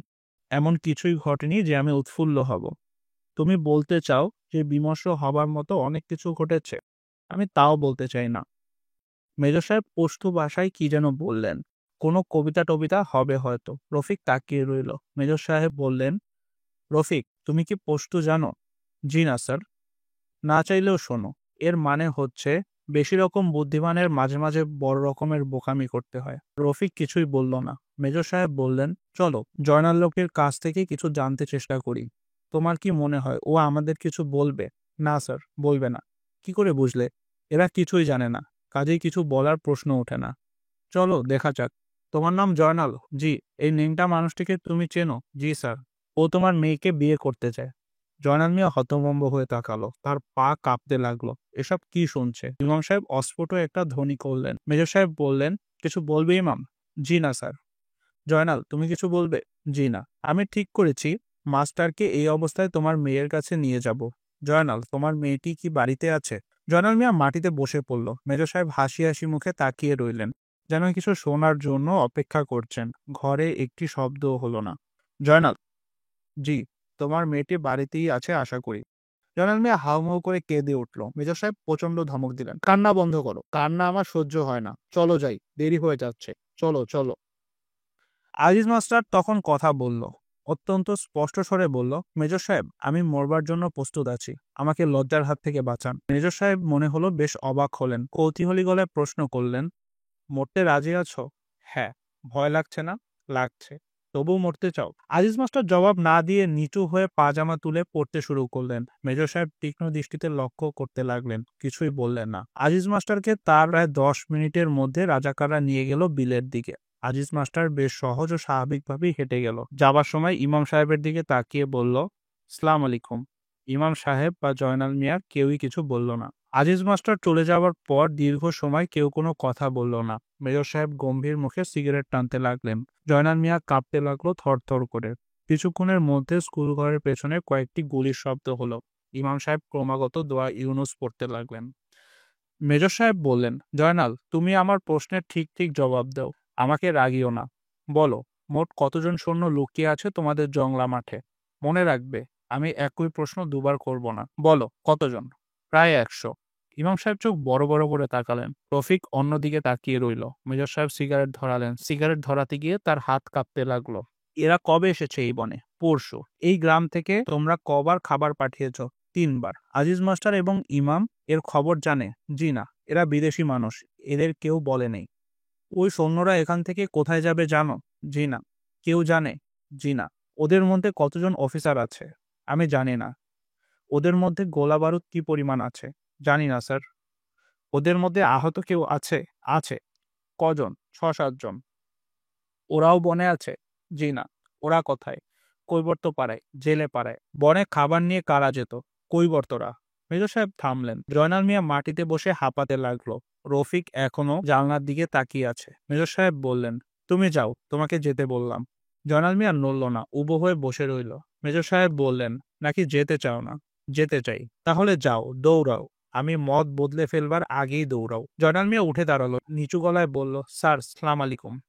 মেজর সাহেব বললেন, ইমাম, তুমিও যাও। ইমাম সাহেব নিজের কানকে বিশ্বাস করতে পারছেন না। যাও যাও, চলে যাও, কুইক। ওরা ঘর থেকে বেরোলো। স্কুল গেট পার হতেই ছুটতে শুরু করলো। মেজর সাহেব জানলা দিয়ে অন্ধকারের দিকে তাকিয়ে রইলেন। তার মুখ অত্যন্ত গম্ভীর। রফিক, জি স্যার। জয়নাল কি সত্যি কথা বলল? মনে হয় না স্যার, প্রাণ বাঁচানোর জন্য অনেক সময় এই জাতীয় কথা বলা হয়, কিন্তু আমি জানি ও সত্যি কথাই বলেছে। রফিক চুপ করে রইল। এবং আমার মনে হচ্ছে তুমিও তা জানো। রফিক তাকালো জানালার দিকে। বাইরে ঘন অন্ধকার। আমার মনে হয় তুমি আরো অনেক কিছুই জানো। আমি তেমন কিছু জানি না। তুমি শুধু বলো, তোমাদের সৈন্যরা এখনো কি বনে লুকিয়ে আছে? আমি কি করে জানবো? তুমি অনেক কিছুই জানো। আমি কৈবর্তপাড়ায় তল্লাশি করতে চেয়েছিলাম, তুমি বলেছিলে প্রয়োজন নেই। আমার ভুল হয়েছে, সবাই ভুল করে। ঝড়ের মধ্যে একটা পাগল ছুটে গেল বনের দিকে, যায়নি? হ্যাঁ। ওকে বনের ভিতরে যেতে দেখে তুমি উল্লাসিত হয়ে উঠলে। রফিক একটা নিঃশ্বাস ফেলল। বলো, তুমি উল্লাসিত হওনি? ভুল দেখেছেন স্যার। আমার ধারণা ওই পাগলটি বনে খবর নিয়ে গেছে এবং সবাই পালিয়েছে ঝড়ের সময়। মেজর সাহেব উঠে দাঁড়ালেন। কঠিন কণ্ঠে বললেন, চলো আমার সঙ্গে। কোথায়? বুঝতে পারছো না কোথায়? তুমি তো বুদ্ধিমান, তোমার তো বুঝতে পারা উচিত। বলো, বুঝতে পারছো? পারছি। ভয় লাগছে? না। ওরা কি ঝড়ের সময় পালিয়েছে? হ্যাঁ, এতক্ষণে অনেক দূরে চলে গেছে। খুব তাড়াতাড়ি মধুবনের দিকে গেলে হয়তো ওদের পাওয়া যাবে। তুমি আবার আমাকে কনফিউজ করতে চেষ্টা করছো। এরা হয়তো বনেই বসে আছে। রফিক মৃদু হাসলো। বলো, ওরা কি বনে বসে আছে? হয়তো আছে, গভীর রাতে বের হয়ে আসবে। ঠিক করে বলো। আপনি এখন আমার কোনো কথাই বিশ্বাস করবেন না। কাজেই কেন শুধু শুধু প্রশ্ন করছেন? কৈবর্তপাড়ায় দাউ দাউ করে আগুন জ্বলছে। চিত্রাবরী অবাক হয়ে আগুন দেখছে। রাজাকাররা ছোটাছুটি করছে। তাদের ছোটাছুটি দেখে মনে হয় খুব উৎসাহ বোধ করছে। আগুন জ্বালানোর জন্য তাদের যথেষ্ট খাটাখাটনি করতে হচ্ছে। ভেজা ঘরবাড়ি, আগুন সহজে ধরতে চায় না। মিরালি বারান্দায় দাঁড়িয়ে আগুন আগুন বলে চিৎকার করছে। সে চোখে দেখতে পায় না, কিন্তু আগুন দেখতে পাচ্ছে। গ্রামের মানুষজন সব বেরিয়ে আসছে ঘর থেকে। মেজর এজাজ আহমেদ পাড়ে দাঁড়িয়ে আছেন। তার পাশে ডান দিকে চাইনিজ রাইফেল হাতে দুজন জওয়ান এসে দাঁড়িয়েছে। রফিক নেমেছে বিলে। বিলের পানি অসম্ভব ঠান্ডা। রফিক পানি কেটে এগোচ্ছে। কি যেন ঠেকলো হাতে।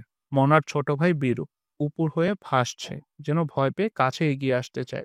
রফিক পরম স্নেহে বীরুর গায়ে হাত রেখে বলল, ভয় নেই, ভয়ের কিছু নেই। পাড়ে বসে থাকা মেজর সাহেব বললেন, কার সঙ্গে কথা বলছো রফিক? নিজের সঙ্গে মেজর সাহেব। কি বলছো নিজেকে? সাহস দিচ্ছি। আমি মানুষটা ভীতু। রফিক, বলুন, ওরা কি বন ছেড়ে চলে গেছে? সত্যি বলো। রফিক বেশ শব্দ করে হেসে উঠল। আচমকা হাসির শব্দে মেজর সাহেব চমকে উঠলেন। কৈবর্তপাড়ায় আগুন ছড়িয়ে পড়েছে। আলো হয়ে উঠেছে চারদিক। রফিককে পরিষ্কার দেখা যাচ্ছে এবার। ছোটখাটো অসহায় একটা মানুষ বুক পানিতে দাঁড়িয়ে আছে। মেজর সাহেব বললেন, রফিক, তুমি কি বেঁচে থাকতে চাও? রফিক শান্ত স্বরে বলল, চাই মেজর সাহেব, সবাই বেঁচে থাকতে চায়। আপনি নিজেও চান, চান না? মেজর সাহেব চুপ করে রইলেন। রফিক তীক্ষ্ণ স্বরে বলল, মেজর সাহেব, আমার কিন্তু মনে হয় না আপনি জীবিত ফিরে যাবেন এই দেশ থেকে। মেজর এজাজ আহমেদ সিগারেট ধরালেন। কৈবর্তপাড়ায় আগুনের দিকে তাকালেন। পশতু ভাষায় সঙ্গের জওয়ান দুটিকে কি যেন বললেন। গুলির নির্দেশ হয়তো। রফিক বুঝতে পারল না। সে পশতু ভাষা জানে না। হ্যাঁ, গুলির নির্দেশই হবে। সৈন্য দুটি বন্দুক তুলছে। রফিক অপেক্ষা করতে লাগলো। বুক পর্যন্ত পানিতে গা ডুবিয়ে লালচে আগুনের আঁচে যে রফিক দাঁড়িয়ে আছে, মেজর এজাজ আহমেদ তাকে চিনতে পারলেন না। এ অন্য রফিক। মেজর এজাজের কপালে বিন্দু বিন্দু ঘাম জমতে লাগলো।